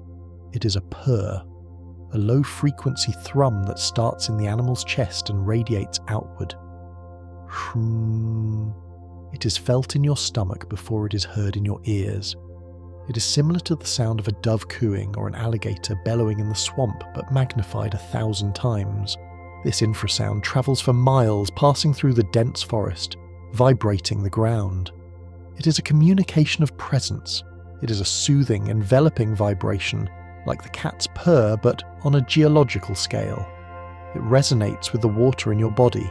It is a sound that lulls the world into submission. The roar of the dinosaur is actually a hum, a deep, resonant om that connects the creature to the earth. Let this deep vibration relax your muscles. Imagine it massaging the tension out of your back, a sonic wave of relaxation passing through you, heavy and warm. In the rotting logs of the fallen trees, where the infrasound vibrates the wood, a tiny specialist is at work. This is the Alvarezsaurus, a dinosaur that challenges our perception of size. It is no bigger than a chicken, bird-like and nimble, but its most striking feature is its hands. Over millions of years, its hand has reduced to a single powerful digit, a thumb equipped with a massive pickaxe-like claw.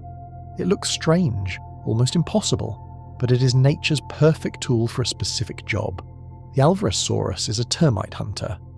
Visualize this small, feathery creature hopping onto a decaying log. It uses its single claw to pry open the tough bark, digging into the soft, insect-filled wood within. There is a satisfying crunch as the wood gives way. The smell of damp, earthy sawdust fills the air. The creature is focused, efficient, and content. It does not need to hunt big game. It has found a kingdom in a log. It reminds us of the joy of specialization, of being very good at one specific thing. The Alvarezsaurus does not want to be a T-Rex. It is perfectly happy being a termite miner. See the dust motes dancing in the shaft of sunlight that hits the log. See the tiny chips of wood flying as it digs. It is a moment of small-scale industry in a world of giants, a reminder that there is a niche for everyone, no matter how small or strange their tools may be. From the tiny digger, we drift to a creature that is grandly, wonderfully strange, the Dinosaurus. For years, all we had of this animal were two massive arms, 8 feet long with terrifying claws. We thought it was a monster. But when the rest of the skeleton was found, we met the terrible hand, and it was a giant humpbacked duck. Visualize this creature wading into a deep, slow-moving river. It is huge, as tall as a T-Rex, but it has a long, spoon-shaped bill and a strange, sail-like hump on its back. It is covered in shaggy feathers, perhaps wet and matted from the water. Despite those terrifying claws, it uses them gently to hook clumps of water weeds from the bottom of the river. The Dinosaurus is a drifter. It moves with a slow, lumbering grace, its massive flat feet keeping it from sinking into the riverbed. It scoops up water and plants, filtering them like a spoonbill. There is a gentleness to its absurdity.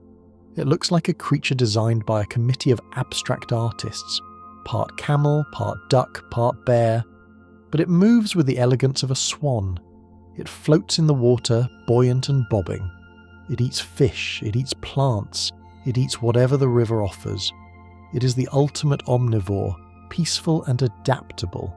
Imagine it sitting on the riverbank, preening its wet feathers, a giant, bizarre, beautiful mistake of nature that somehow works perfectly. It teaches us to embrace our own quirks, for nature loves the weird as much as the beautiful.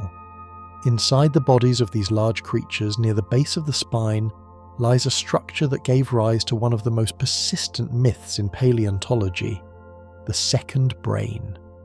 We used to think the Stegosaurus and sauropods were so large and simple that they needed a second brain in their hips to control their tails.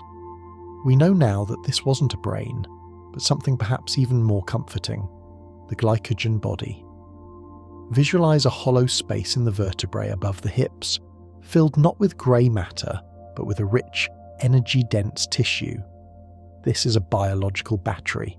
It stores glycogen, a form of sugar, to provide a rapid burst of energy to the nervous system and the massive muscles of the legs and tail. Think of it as a glowing centre of warmth in the lower back. It is a reserve of power. When the animal needs to move, the energy is there, ready and waiting. But more than that, some scientists believe this tissue helps generate heat, keeping the spinal cord warm and functional in the cool nights. Imagine that sensation, a deep, radiating heat in the base of the spine, spreading outward to the hips and legs. It is the feeling of a hot water bottle placed on the lower back, soothing, loosening, and warming. The dinosaur carries its own hearth. It is never truly cold, for it has this internal ember glowing in its core. Focus on that warmth now in your own body, a centre of heat and stability in your lower back, anchoring you, relaxing the heavy muscles of your legs, letting you sink deeper into the bed. As we drift further into the Cretaceous afternoon, the air around us begins to shimmer with golden dust. We are witnessing a revolution. For millions of years, the world was green and brown. But now, the first true partnerships between insects and plants are forming. We are seeing the co-evolution of bees and flowers. A small, fuzzy wasp, the ancestor of the bee, lands on a magnolia-like flower. But instead of hunting, it finds itself dusted with golden pollen. The pollen is sticky, rich in protein, a new food source. Visualize the microscopic grains of pollen clinging to the hairs of the insect. It glows like gold dust in the sun. The insect flies to the next flower, a trailing ribbon of gold connecting the two plants. This is the invention of pollination. It is the moment the world decided to become beautiful to attract attention. The hum of this primitive bee is different from the dragonfly's drone. It is a busy, purposeful zzzt. It is the sound of productivity. Flowers begin to compete, evolving brighter colours, whites, creams, and eventually yellows and purples, to catch the eye of the flyer. The air smells sweeter. The world is becoming decorated. Watch the golden dust falling from the bee's legs as it flies overhead. It is a sprinkling of life, a magical powder that ensures the forest will bloom again next year. It is a cycle of giving and receiving, a promise of renewal carried on the wings of a small fuzzy flyer.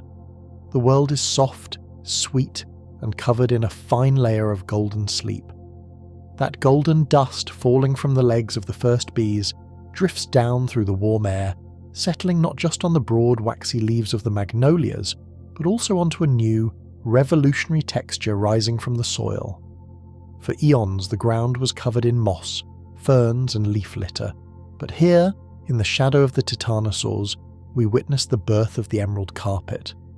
We are seeing the first blades of grass. Recent discoveries in the fossilized dung of the great titanosaurs in India have revealed microscopic silica structures called phytoliths, the signature of grass. Visualize this new greenery pushing up through the dark volcanic soil.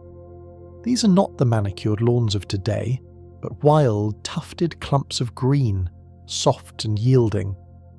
Imagine the sensation of walking barefoot through this Cretaceous meadow.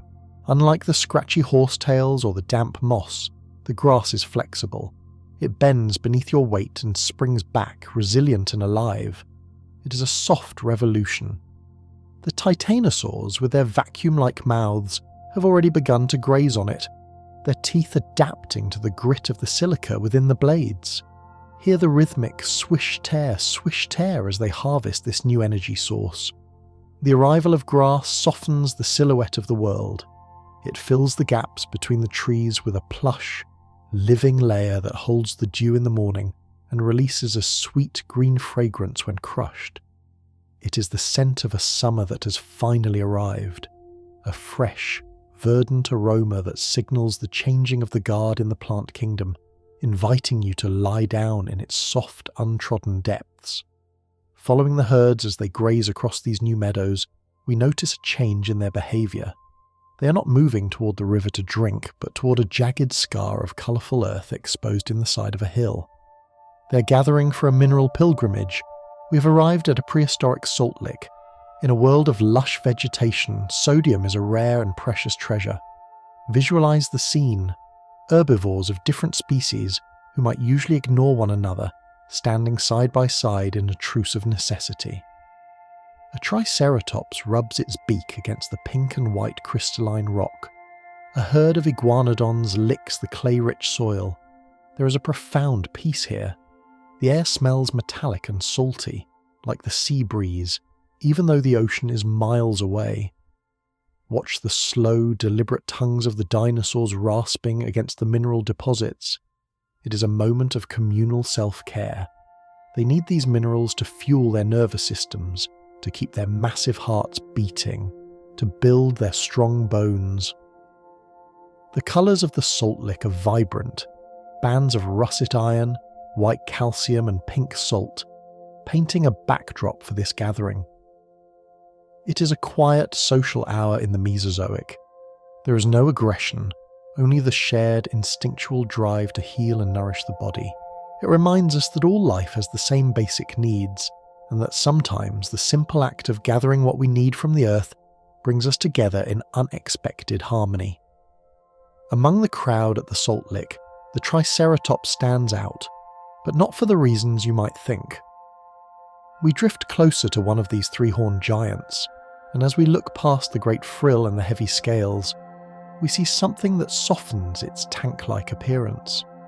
Rising from the skin of its lower back and tail are not scales but quills. Fossil evidence from relatives of the Triceratops suggests these animals were not entirely bald reptilian tanks. Imagine a series of long, stiff bristles, like the quills of a porcupine but much thicker, protruding from the skin.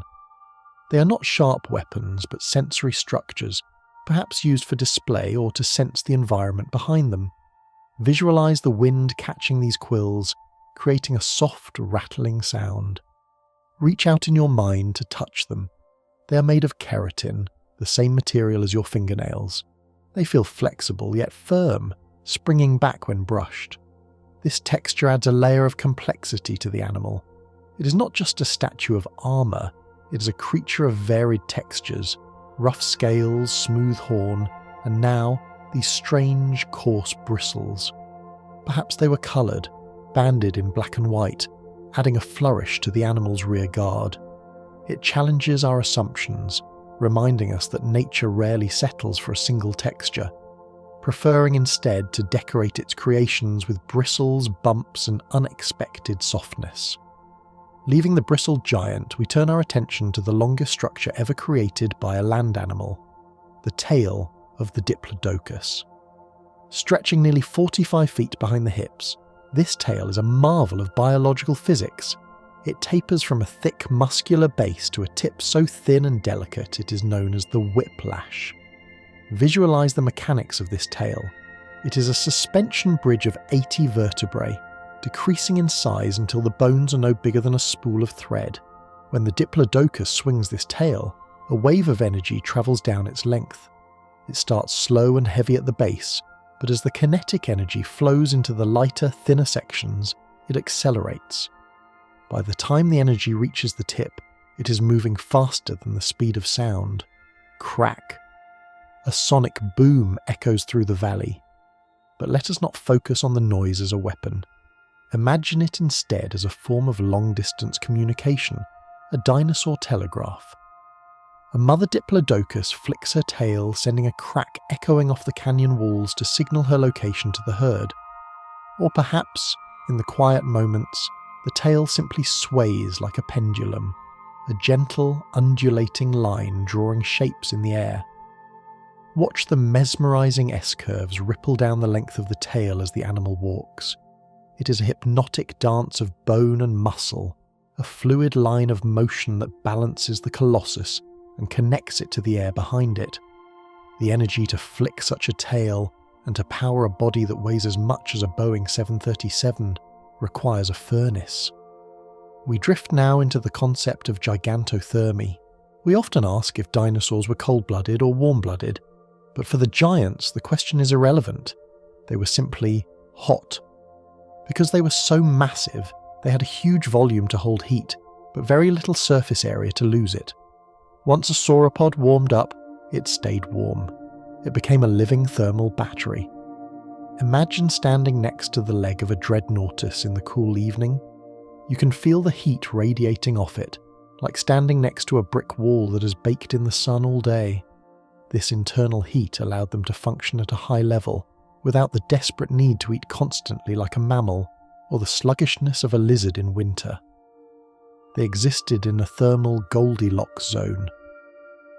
Visualize the stability of this temperature. While the air around them cools at night, their internal fire burns steady and slow. They are immune to the chill of the evening breeze. They are their own microclimates. This stable, radiating warmth is a comfort to the smaller creatures that might huddle nearby. It is a sensation of unshakable solidity, a warmth that does not flicker, a fire that does not go out, sustaining the giant through the long, dark nights. In the canopy above this radiating giant, a creature glides that defies all our traditional categories. It is the Yi-Chi, a name that means strange wing. For a long time we thought only birds and pterosaurs ruled the air, but the Yi-Chi shows us that nature experimented with other designs. Visualize a small dinosaur, the size of a pigeon, perched on a ginkgo branch. It has feathers, yes, but stretching from its long fingers is not a wing of plumage, but a membrane of skin, stretched tight like a bat's wing. It is supported by a long, rod-like bone coming from the wrist, a unique structure found nowhere else. Watch it launch itself into the twilight. It does not flap noisily, it swoops. The membranous wings catch the air, billowing slightly, allowing it to glide silently between the trees. It is a creature of the in-between, half dinosaur, half dragon bat. The light filters through the thin skin of its wings, revealing the intricate network of blood vessels. It is fragile, experimental, and beautiful. It represents the playfulness of evolution, trying out shapes and forms in the deep past. See it land silently on a trunk, folding its strange leathery wings against its feathery body, a secret of the Jurassic forest that remained hidden in the stone for millions of years, waiting to glide into your imagination. From the dark, bat-like wings of the Yi-Chi, we move to the bright, sun-dappled forest floor of the early Cretaceous, where we meet the Sinosauropteryx. This small hunter has given us one of the greatest gifts in paleontology, the gift of true colour. Thanks to the preservation of melanosomes, pigment cells, we know exactly what this dinosaur looked like. It was not grey or green, it was a rusty reddish orange, like a red panda or a fox, and its long fluffy tail was banded with stripes of white and ginger. Visualise this creature curling up to sleep. It looks remarkably like a sleeping cat. It wraps that long striped tail around its nose to keep warm. The texture of its feathers is not like a modern bird's. It is thick, primitive fuzz, soft and downy. It is a creature you would want to hold. The orange fur glows in the shafts of sunlight piercing the canopy. It is a warm, inviting colour. The bandit mask of dark feathers around its eyes gives it a mischievous but cute expression. Knowing its colour makes it real. It is no longer a monster, it is an animal, vivid and distinct. Imagine the softness of that ginger tail brushing against your hand. It is a connection to the vibrancy of the past, a reminder that the world has always been painted in bold, beautiful hues. While the Sinosauropteryx sleeps in its orange warmth, a sound drifts over the wetlands of Antarctica that heralds the future. For millions of years, the dinosaurs hissed, boomed, purred, and rumbled. But they did not sing, not until the Vegavis. This bird-like dinosaur, living at the very end of the Cretaceous, possessed a specialised organ called the syrinx, the vocal box of modern birds. While the T-Rex could only produce low-frequency throbs, Vegavis could produce complex melodic sounds. Visualise the misty, cool shores of the ancient Antarctic peninsula. A flock of these waterfowl floats on the calm sea. Suddenly one throws its head back and calls, "Honk, honk." It is the sound of a goose or a duck, a sound we know well. But in this context, it is revolutionary. It is the first music. It cuts through the heavy, humid silence of the reptile world. It is a sharp, clear note of communication.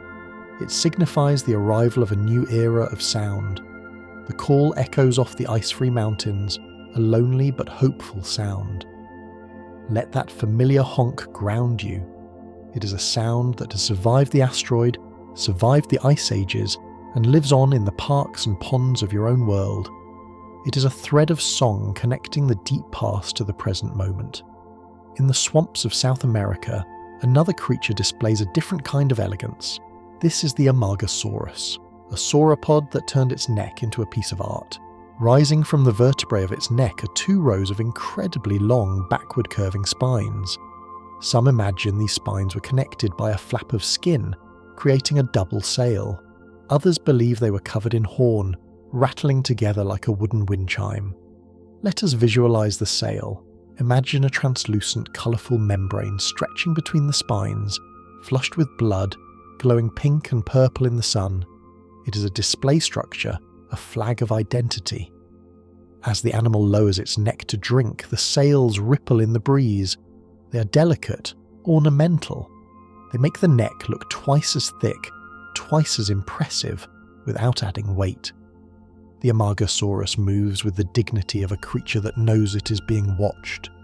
It is a slow-moving galleon, its sails raised high. Whether for attracting a mate or intimidating a rival, the structure is undeniably beautiful. It breaks the silhouette of the standard dinosaur, adding a flourish of Gothic architecture to the swamp. Visualize the sunlight streaming through the twin sails, illuminating the intricate veins, turning the neck of the beast into a living stained glass window. As the Amargasaurus wades through the swamp, the water level begins to rise, creeping up the muddy banks with an inexorable pull. We must remember that the moon looking down on this world is not the distant companion we know today.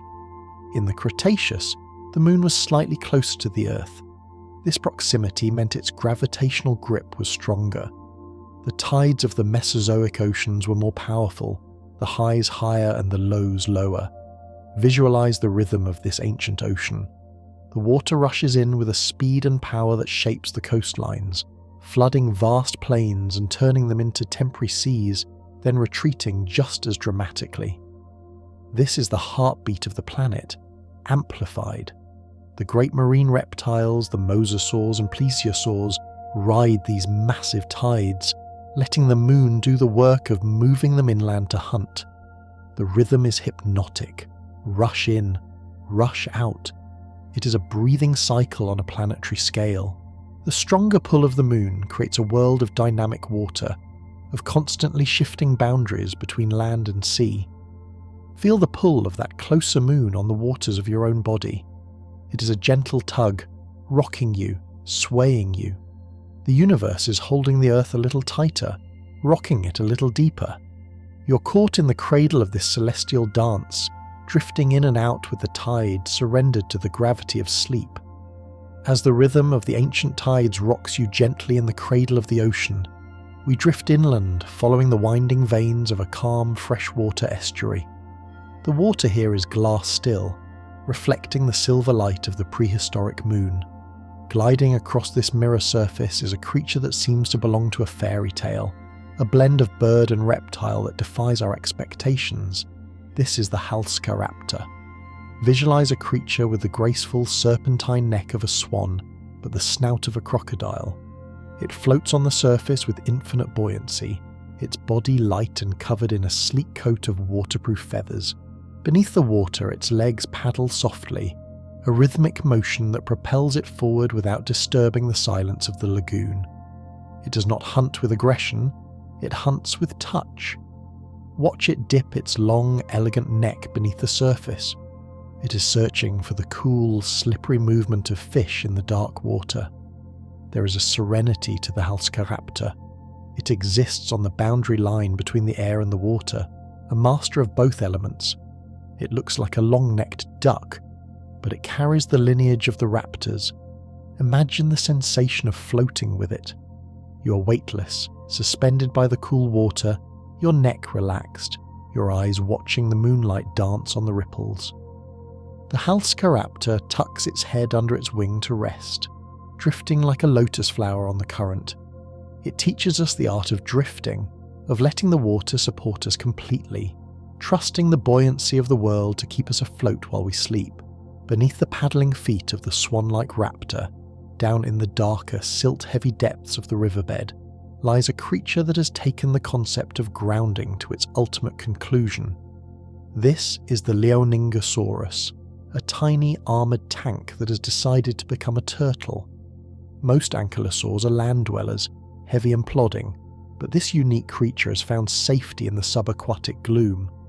Its belly is armoured, a rare trait, shielding it from below as it scuttles along the muddy bottom.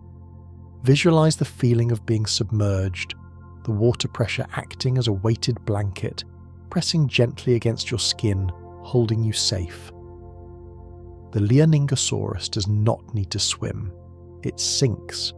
Its heavy bones act as a diver's belt, allowing it to walk effortlessly on the river floor against the current. It feeds on the soft water plants and perhaps small fish, moving with a slow, deliberate cadence in the green twilight. There is no noise down here, only the muffled rush of the river. The mud is soft and cool against its belly. It is a creature of the depths, unaffected by the storms that might rage on the surface. It reminds us of the peace found in the deep, heavy places where the world slows down and gravity holds us in a comforting embrace. You are anchored here, safe in the silt, protected by your own armour, watching the world drift by overhead. From the cool mud of the riverbed, we burrow deeper, moving into the dry, warm embrace of the earth itself. On the banks of the river, hidden beneath the roots of a great conifer, is the entrance to a secret world. Here lives the Arictodromeus, the digger of the dinosaur kingdom. For generations, we thought dinosaurs lived only under the open sky, but this small, swift herbivore craved the ultimate safety of a den. Visualize the tunnel spiraling down into the ground, a masterpiece of excavation. The walls are packed tight, smelling of rich, dark soil and ancient roots.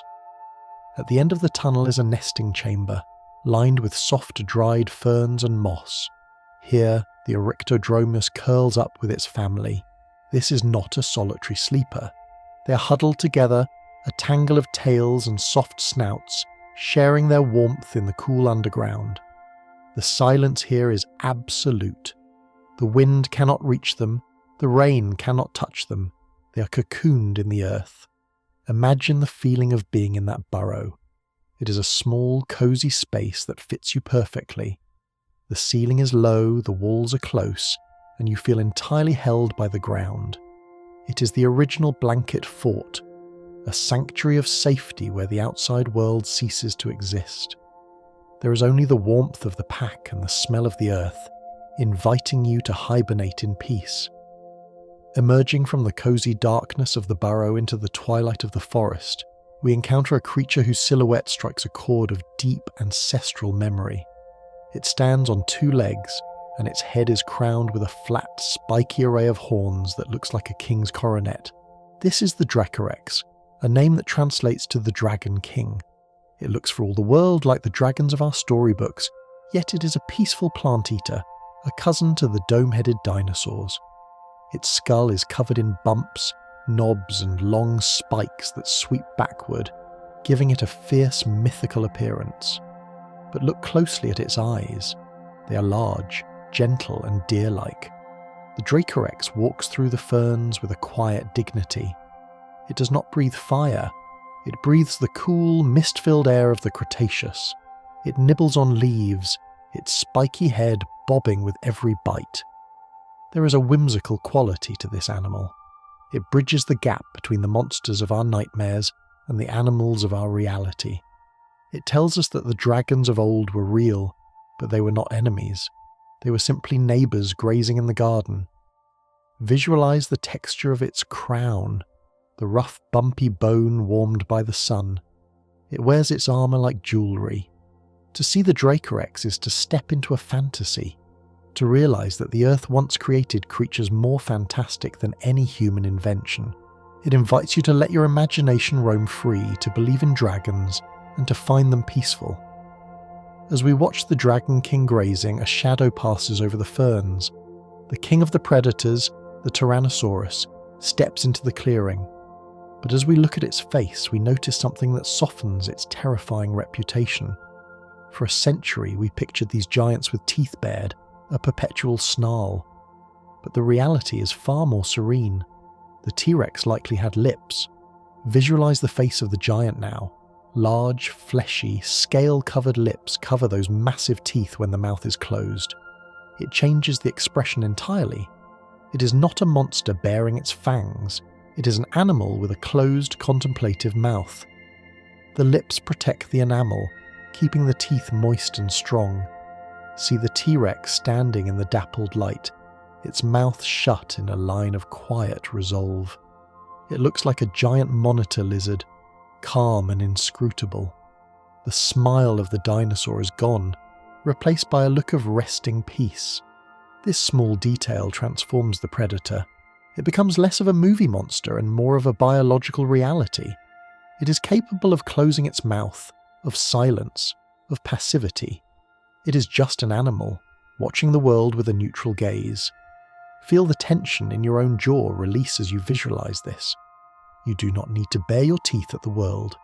You can close your lips, relax your face, and simply breathe, secure in your own strength.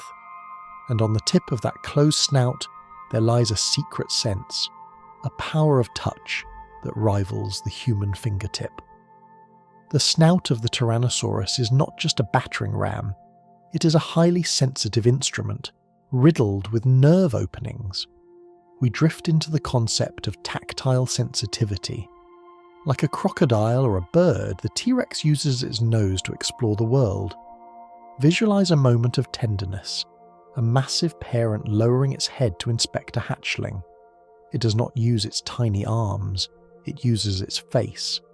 It gently nudges the young one, the sensitive skin on its snout reading the temperature and texture of the baby. It is a face touch, a gesture of intimacy. The giant rubs its snout against a tree to scratch an itch, feeling the roughness of the bark in high definition. It tests the temperature of a nest, the direction of the wind, the texture of a mate's flank, all through this sensitive nose.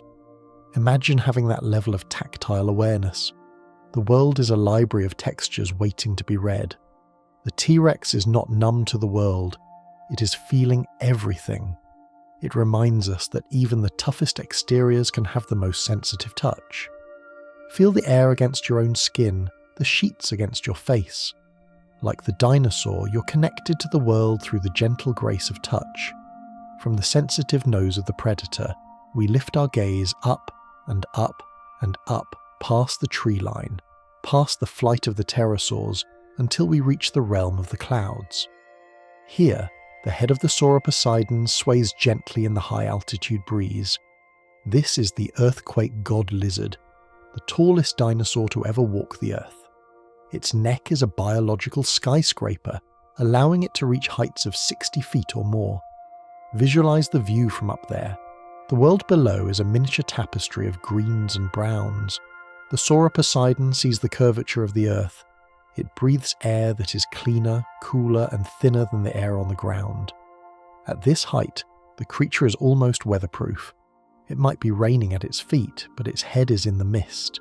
It feeds on the very tops of the conifers, the tender new growth that no other animal can reach. There is a loneliness to this height, but it is a peaceful loneliness. It is the solitude of the mountain peak. The neck moves with the slow, fluid grace of a construction crane, deliberate and majestic. Imagine extending your own awareness upward, lengthening your spine, reaching for the sky. You're tall, you're vast, and your head is in the clouds, far above the noise and the worry of the world below. You're breathing the air of the giants, but not all giants are naked-skinned. In the snowy provinces of the early Cretaceous in what is now China, walks a tyrant wrapped in winter clothes. This is the Yutyrannus, the feathered tyrant. It is a cousin of the T-Rex, 30 feet long, but covered from nose to tail in a thick, shaggy coat of feathers. Visualize a snowy forest, the flakes falling softly in the silence. Moving through the white landscape is this massive, fluffy creature. It looks like a mythical beast, a dragon made of wool. The feathers are long and filamentous, like the hair of an emu or the fur of a mammoth. They trap the body heat, creating a warm, steamy aura around the animal. The snow lands on its back and does not melt, so effective is the insulation. It shakes its body, sending a cloud of powder snow into the air, a slow-motion explosion of white crystals. To lean against the side of a Yutyrannus would be to sink into a deep, warm carpet. It changes our perception of the terrible lizards. It softens them. It makes them cozy. Even the top of the food chain needs to keep warm. It reminds us that nature provides a coat for every season.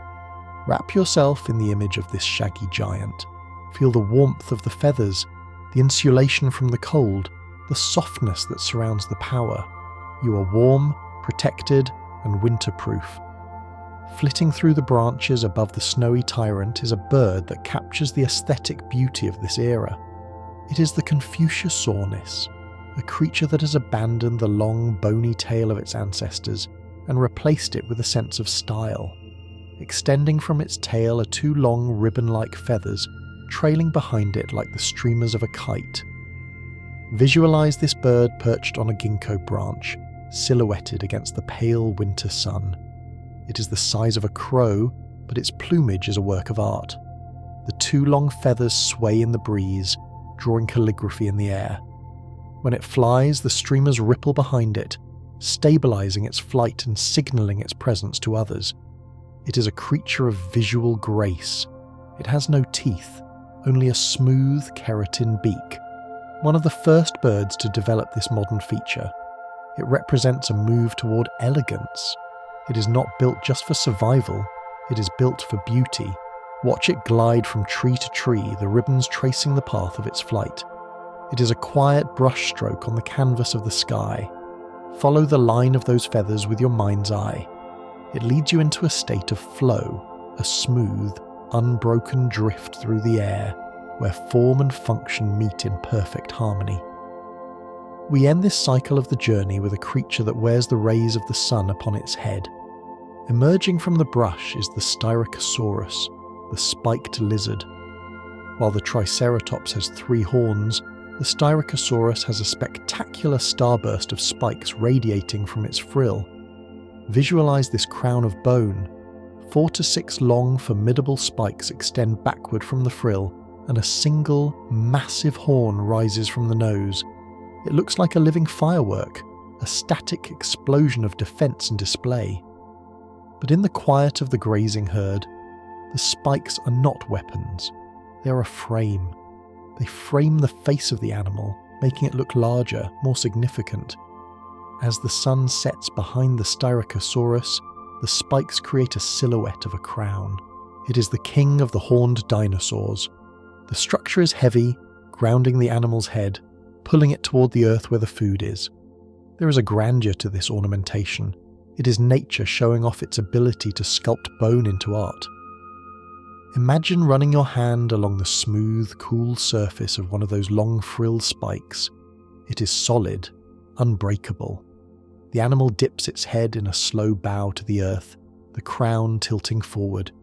It is a gesture of grounding. You're crowned with your own heavy, relaxing thoughts, a halo of calm that protects you from the outside world. The spikes fend off the worries, the frill shields the neck. You're a fortress of peace, grazing slowly in the last light of the day. As the crown of the Styracosaurus dips low, blending into the darkening silhouette of the landscape, we lower our own gaze, moving from the majestic heights of the horned giants down into the intricate, shadowed world of the undergrowth. Here, in the twilight of the Jurassic, we discover a creature that weaves together the textures of the reptilian and the avian worlds in a way that feels like a myth made real. This is the Calindrodromaeus. For centuries, we believed a dinosaur was either covered in scales or covered in feathers, but this small bipedal herbivore teaches us that nature loves variety. Visualize running your hand along the flank of this creature. On its tail and shins, you feel the familiar cool roughness of reptilian scales, a hexagonal mosaic of armor. But as your hand moves up the leg to the thigh and the torso, the texture changes instantly. It becomes soft, warm, and fibrous. You're touching a coat of primitive dino fuzz, a filament-like covering that is softer than fur, more akin to the down of a duckling. It is a patchwork of sensations. The Calindrodromaeus is a creature of duality, bridging the gap between the cold-blooded past and the warm-blooded future.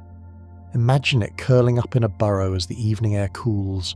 The scaly tail wraps around the fuzzy body, a perfect balance of protection and insulation. It reminds us that we do not have to be just one thing. We can be tough and armoured in some places, soft and yielding in others. There is a comfort in this complexity, a feeling of being perfectly equipped for whatever the world brings. The creature breathes softly in the dark, a small ball of warmth and texture hidden in the ferns, safe in its own skin. Nearby, amidst the roots of the great ginkgo trees, another small shape moves with a deliberate rhythmic grinding. It is the Heterodontosaurus, the different-toothed lizard. While most reptiles possess a simple row of identical peg-like teeth, this creature carries a toolbox in its mouth. Visualize this small, fox-sized dinosaur pausing to feed. In the front of its jaw, it has sharp, nipping teeth for cropping vegetation. In the back, it has flat, grinding molars for pulverizing tough fibers. But most surprisingly, protruding from the corners of its mouth are 2 small tusks, like those of a warthog or a musk deer. These tusks are not for hunting. They are likely for digging or display. Watch the Heterodontosaurus use these tools. It nips a fern frond, then moves it to the back of the mouth. Grind, grind, grind. It is a slow, methodical chewing, a motion that was rare in the dinosaur world. The sound is rhythmic and soothing, the sound of a mill turning slowly. The animal is entirely focused on the process of eating. It digs into the soft earth with its tusks to unearth a nutritious root, the smell of fresh soil rising around it. There is a coziness to this creature. It is compact, efficient, and self-sufficient. It reminds us of the pleasure of a good meal, of the simple satisfaction of breaking down what we need bit by bit until we are nourished and full. Rising above these small foragers, the forest itself begins to change. We're drifting into a grove of giants, but not giant animals, giant trees. We're standing in the presence of the metasequoia, the dawn redwood. These are the ancestors of the redwoods that grace our world today, and they create a cathedral of silence. The bark of the dawn redwood is soft, fibrous, and reddish-brown, peeling away in long vertical strips. It looks like fur on a tree, but unlike the evergreen pines, these conifers are deciduous. As the season turns, the soft, feathery needles turn a brilliant copper bronze and drift silently to the forest floor. Visualize the ground beneath your feet. It is not hard earth. It is a deep, spongy mattress of fallen needles, accumulated over centuries. It absorbs every sound. Footsteps are silenced here. The air is filled with the rich, resinous scent of amber and cedar, a fragrance that clears the mind and deepens the breath. Lean against the soft, furry bark of one of these ancient trees. It feels warm and dry. Look up into the canopy, where the feathery branches filter the moonlight into lace. The entire forest feels upholstered, soft, and hushed. It is a place of absolute dampening, where the sharp edges of the world are softened by the falling needles layer upon layer, inviting you to lie down and sink into the bronze carpet of time. Moving through this silent, needle-softened forest is a creature that acts as a living furnace. We return to the sauropods, specifically a massive Mamenchisaurus, and we focus inward to the centre of its being. We contemplate the immense, slow-burning fire of sauropod digestion. To sustain a body that weighs as much as a herd of elephants, this creature must eat constantly. But it does not chew. It strips the branches of the dawn redwood and swallows the needles whole. They travel down the long neck into a stomach the size of a fermentation vat. Here, in the dark, warm chamber of the gut, billions of ancient bacteria go to work. Visualize the process not as biological, but as geological. It is a slow, churning heat. The breaking down of tough plant matter creates energy, releasing a steady, radiating warmth that heats the animal from the inside out. If you were to press your ear against the flank of this giant, you would hear it. A low, gurgling rumble like distant thunder or the sound of a boiler in the basement of a large building. Rumble, gurgle, shift. It is the sound of processing, of the slow conversion of the forest into life. This internal engine is so efficient that the dinosaur is a walking radiator. It carries its own summer with it. Feel that warmth radiating toward you. It is a deep, belly warmth, the kind that follows a heavy meal, pulling the eyelids down, signaling the body that it is time to rest and digest. Emerging from the dense redwood forest into a clearing bathed in the silver light of the moon, we see a silhouette that looks like a landscape painting. It is the concavenator, the hunter from Spain, with a profile unlike any other. Rising from its back just above the hips is a tall triangular crest, a shark fin made of bone and skin. The purpose of this hump has been debated, but tonight, let us imagine it as a thermal regulator. As the night air grows cool, the concavenator stands still, turning its flank to the remaining warmth of the radiant earth. Blood pumps through the tall hump, preserving the core temperature of the body. The silhouette is striking, a sharp, jagged mountain rising from the spine of the animal. But look closer at its arms. On the forearms of this predator are small bumps, quill knobs. It likely had a row of decorative feathers running down its arms, perhaps for display. Visualize the creature preening these forearm feathers in the moonlight. It is not hunting, it is grooming. The shark fin on its back stands stark against the stars. The concavenator is a creature of balance, regulating its heat, caring for its feathers, standing as a silent sentinel in the night. There is a stillness to its posture, a pause in the hunt. It teaches us to stand tall, to regulate our own energy, and to find our balance between the heat of the day and the cool of the night. We leave the land now, drawn by the sound of water lapping against the shore. We drift toward the western interior seaway, a vast ocean that splits the continent. Bobbing on the waves far from land is a bird that has forgotten how to fly. This is the Hesperornis. It is a large, loon-like creature, nearly 6 feet long. Over millions of years, its wings have reduced to tiny vestigial slivers, useless for the air, but its feet have become powerful, lobed paddles. It is a submarine with feathers. Visualize the Hesperornis diving. It tips forward and slips beneath the surface without a splash. Underwater, it is a torpedo. It moves with powerful kicks of its large feet, navigating the kelp forests with fluid grace. The water is cool and buoyant, supporting its heavy bones. It has teeth in its beak, sharp and needle-like for catching slippery fish. But watching it glide through the dark water, we see only elegance. It has traded the freedom of the sky for the mastery of the deep. It is completely at home in the abyss. Imagine the silence of that underwater world, the muffled sound of the ocean currents, the swaying of the seaweed, the weightless drift. The Hesperornis does not struggle against the gravity of the air. It surrenders to the density of the water.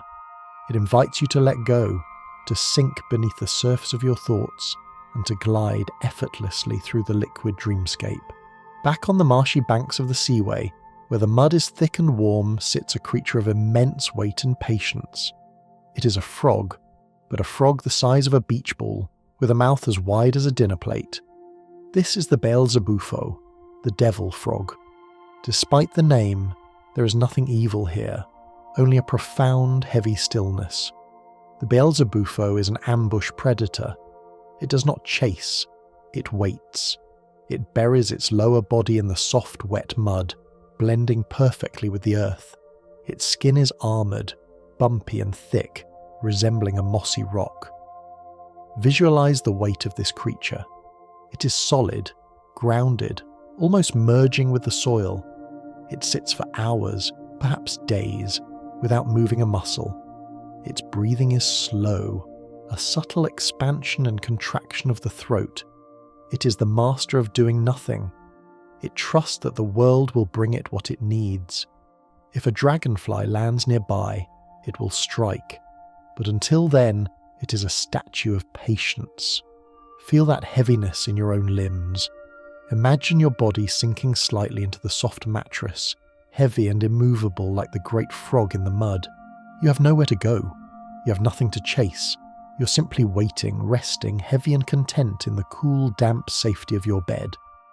Grazing near the frog's hiding spot, shaking the ground with every step, is the Argentinosaurus. We have spoken of duck-billed dinosaurs before, but this is the emperor of them all.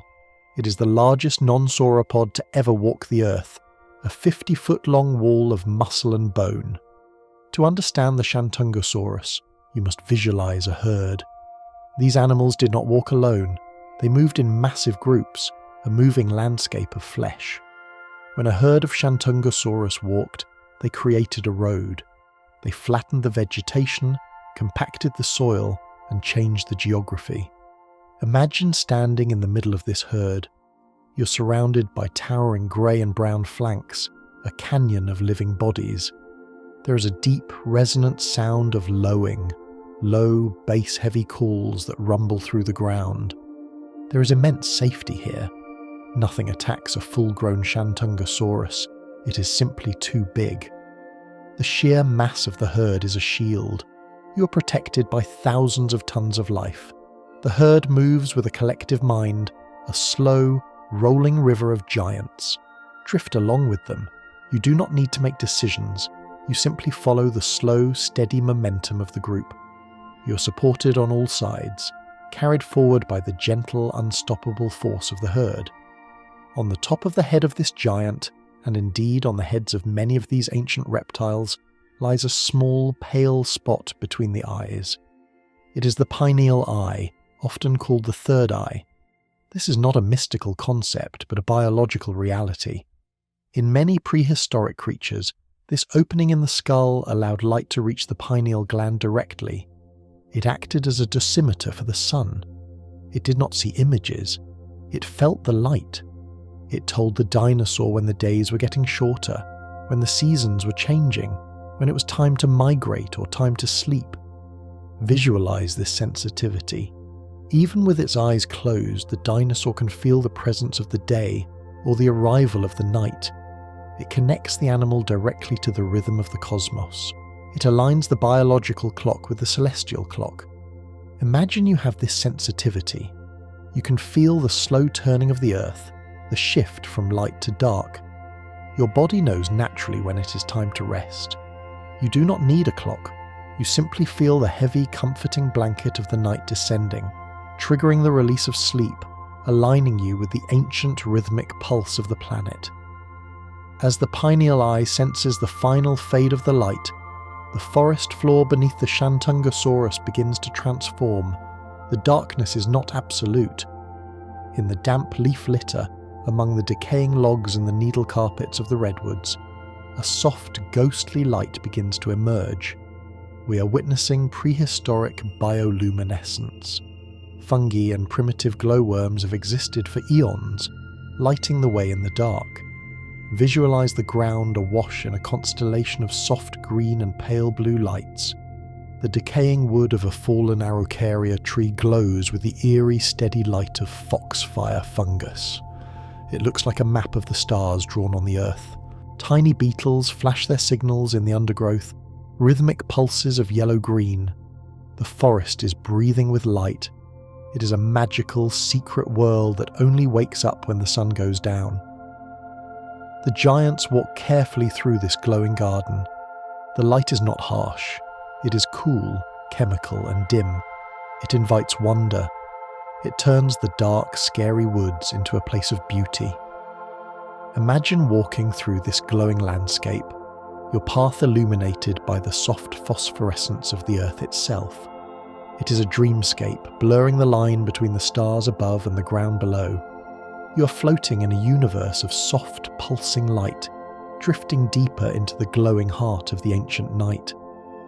Under the canopy of this bioluminescent forest, where the earth itself seems to breathe with a soft, pulsing light, we find a creature perfectly adapted to the secrets of the dark.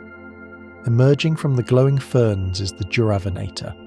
It is a small, agile predator, but we do not look at its teeth.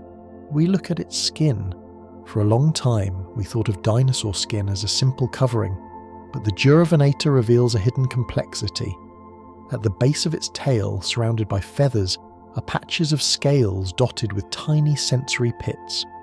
These are integumentary sensory organs, similar to the pressure sensors on a crocodile's face. Visualize this creature dipping its tail into the cool, dark water of a stream. It does not need to see, it feels the water. It detects the slightest ripple of a passing fish, the subtle shift in the current, the temperature of the stream. It is seeing with its skin. Imagine having that level of connection to your surroundings, where your very skin acts as a radar, reading the movements of the world around you. The Duravinator moves with absolute confidence in the dark, guided by this tactile map. It teaches us that sensitivity is a strength. By being open to the subtle vibrations of the environment, we can navigate even the deepest darkness with grace and ease. This sensitivity to vibration extends deep into the skulls of these ancient beings. As the Duravinator moves silently away, we pause to listen to the night, just as the dinosaurs did. Their hearing was fundamentally different from yours or mine. While we rely on a complex arrangement of 3 tiny bones to hear the higher pitches of speech and song, the dinosaur possessed a single sturdy column of bone called the stapes. This single bone connected the eardrum directly to the inner ear. It was a design built for the deep, the heavy, and the low. Visualize the world through this auditory filter. The high-pitched buzzing of insects or the screeching of small mammals might be muffled, but the low-frequency sounds, the rumble of a distant herd, the thunder of a storm, the footfalls of a rival miles away, would be crystal clear. They lived in a world of bass. They felt the sound as much as they heard it. Imagine the sensation of a sound that bypasses the ears and resonates in the chest cavity. It is a grounding vibration. When the earth shakes with the step of a giant, the dinosaur hears it in its bones. This connection to the low frequencies anchors them to the ground. In your sleep, tune out the high-pitched distractions of the modern world and tune into that deep, slow rhythm. Like the dinosaur, listen to the heavy, comforting hum of the earth itself, a sound that is felt more than heard, lulling you into a state of heavy relaxation. From the deep sounds of the night, a large, feathery shape materializes in the gloom, looking like a phantom bird. This is the Anzu, a creature with a name derived from ancient mythology, but whose appearance is entirely soft and terrestrial.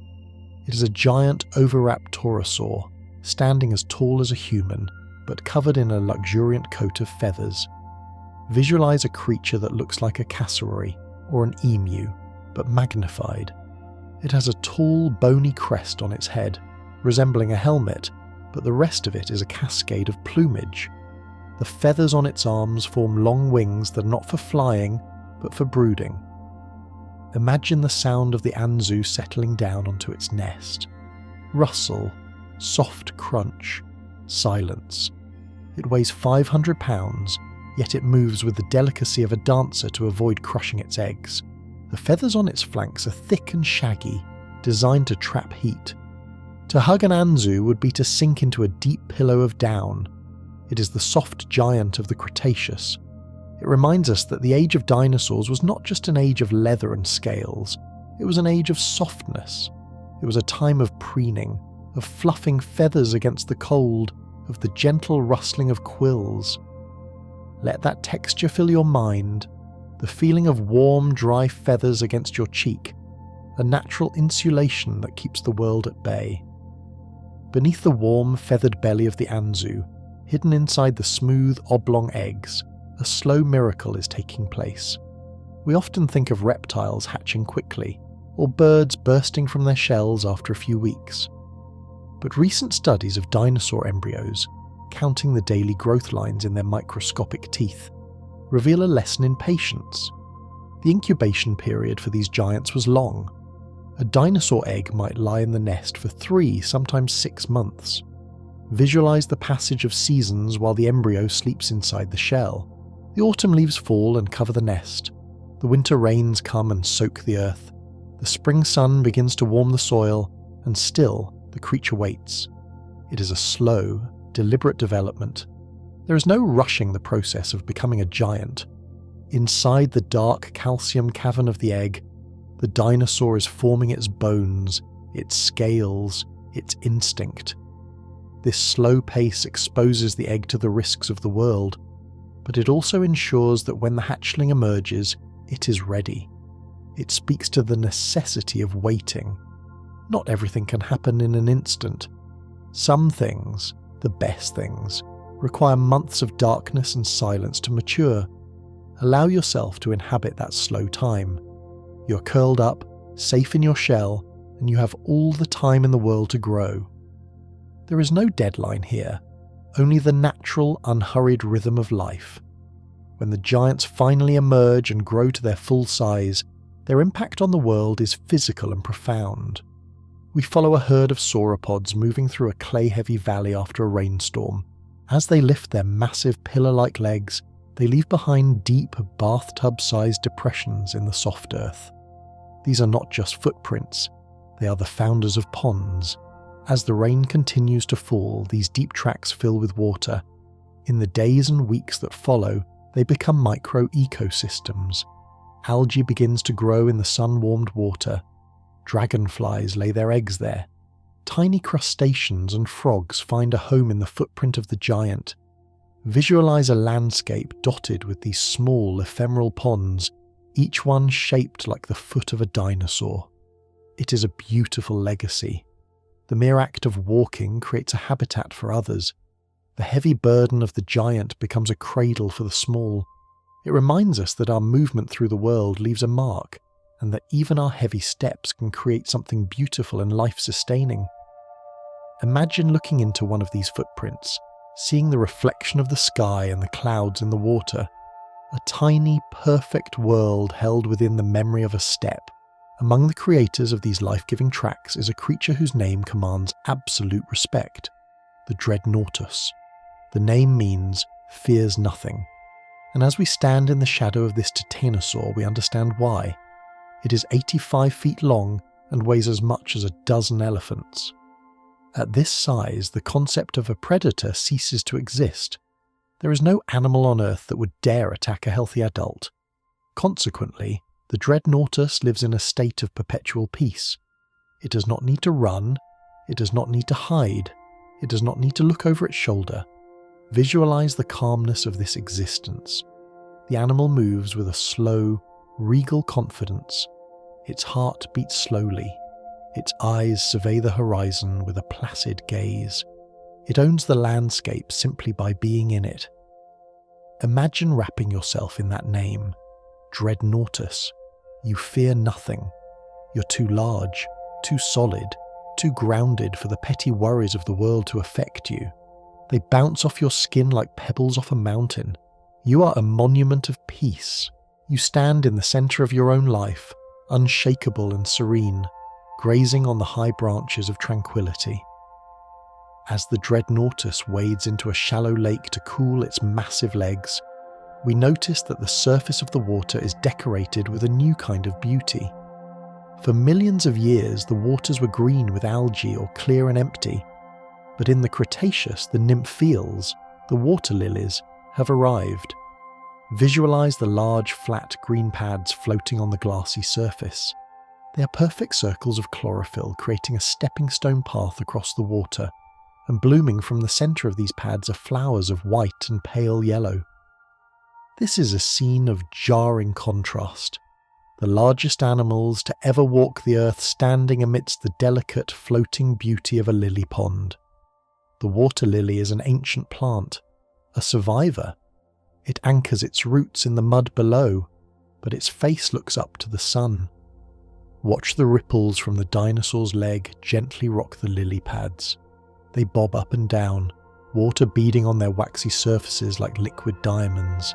The flower closes at night, wrapping its petals tight, only to open again with the dawn. It is a symbol of resilience and grace. Focus on the image of the lily pad floating effortlessly. It does not struggle to stay afloat, it simply rests on the surface, supported by the water. Let your mind become that lily pad, drifting, bobbing, held up by the deep, cool waters of sleep. Slicing through the water beneath the lily pads is a predator that has adapted to the fluid life. It is the Ostroraptor, a giant cousin of the Velociraptor, but one that has traded terrestrial agility for hydrodynamic sleekness.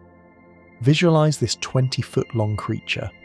Its arms are short, but its snout is incredibly long and narrow, filled with small conical teeth. It looks like a heron crossed with a wolf. Its feathers are likely sleek and matted down, much like an otter's fur to reduce drag in the water.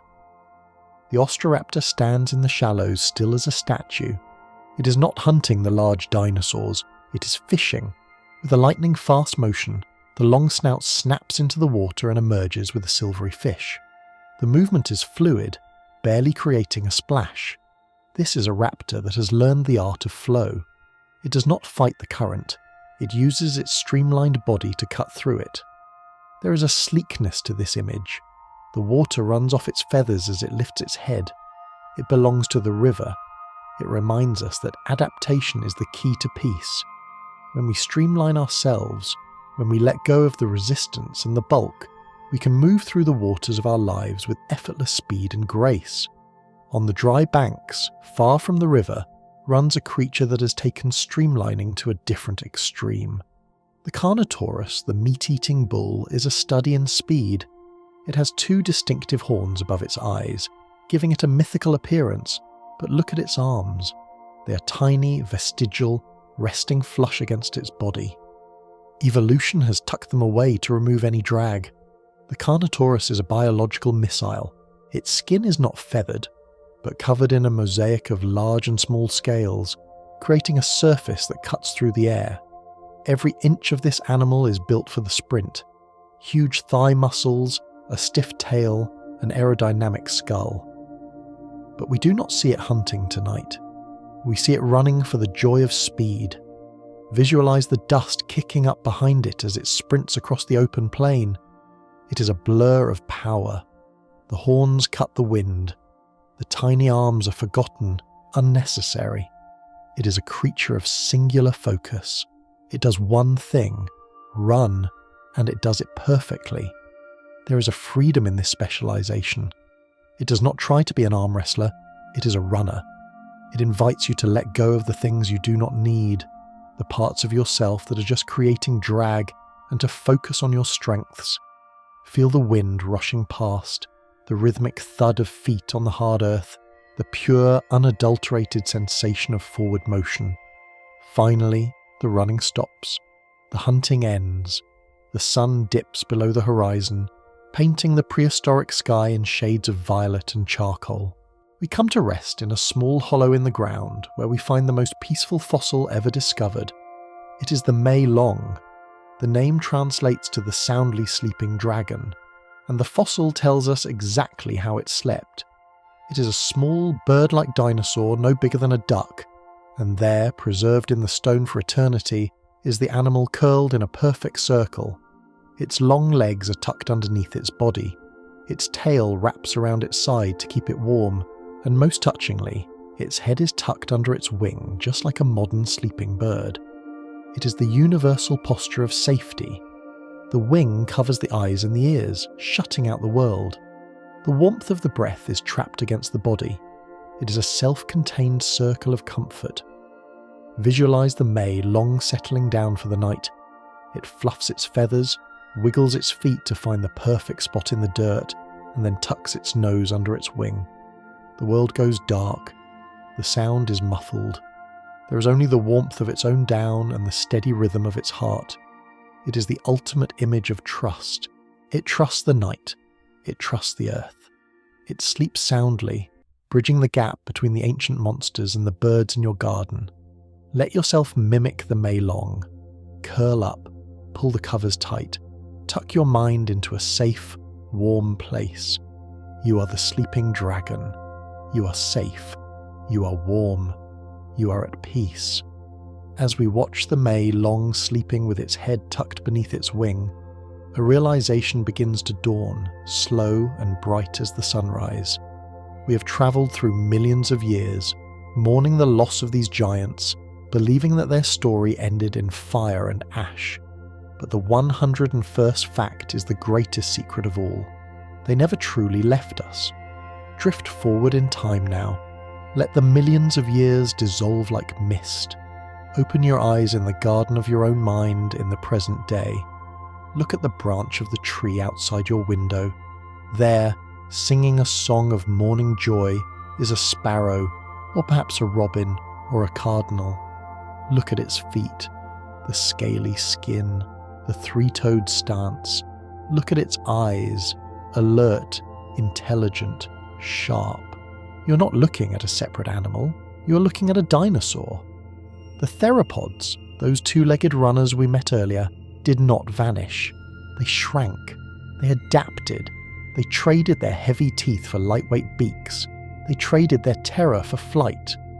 This is the ultimate survival story. The Tyrannosaurus rex has a living cousin, and it is the chicken pecking in the yard. The velociraptor has a legacy, and it is the hawk circling in the thermal. The roar of the Cretaceous has been transmuted into the song of the nightingale. Visualize this profound connection. Every time you hear a bird sing, you are hearing the voice of the dinosaurs. The song has not stopped. It has simply changed key.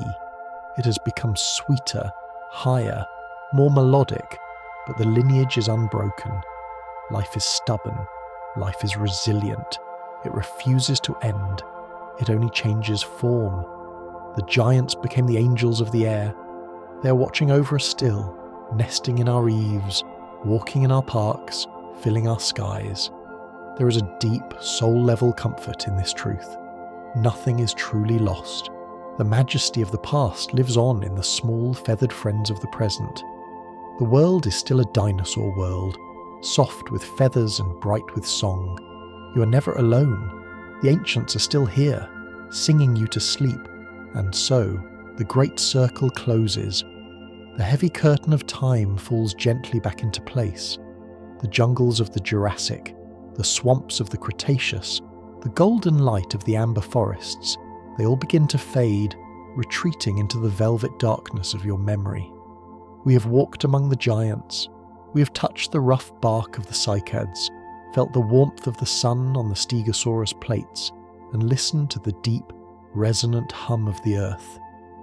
Now, it is time to let them rest. Let the fossils return to the stone. Let the footprints fill with the dust of dreams.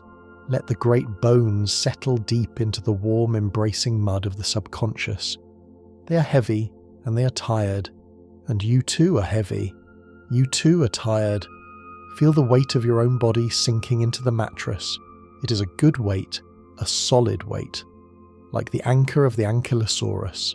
Your breathing is slow and rhythmic, like the great heart of the Argentinosaurus, beating once, and then pausing, and then beating again. The silence of the museum at night surrounds you. The lights are dimming, the exhibits are closing, the atmosphere is thick with peace and quiet. There is nothing left to learn tonight. There is nothing left to imagine. There is only the drift, the slow downstream drift of the river of time. You're floating on that river, supported, held, and carried toward the ocean of deep, dreamless rest. The stars that watched over the Triceratops are the same stars watching over you now. They are the eternal guardians of the night. Let go of the words. Let go of the images. Let everything dissolve into soft grey mist. You are safe. You are warm. You are part of the ancient, endless story of life. And now, 101 wonders are resting with you. Sleep now. Good night.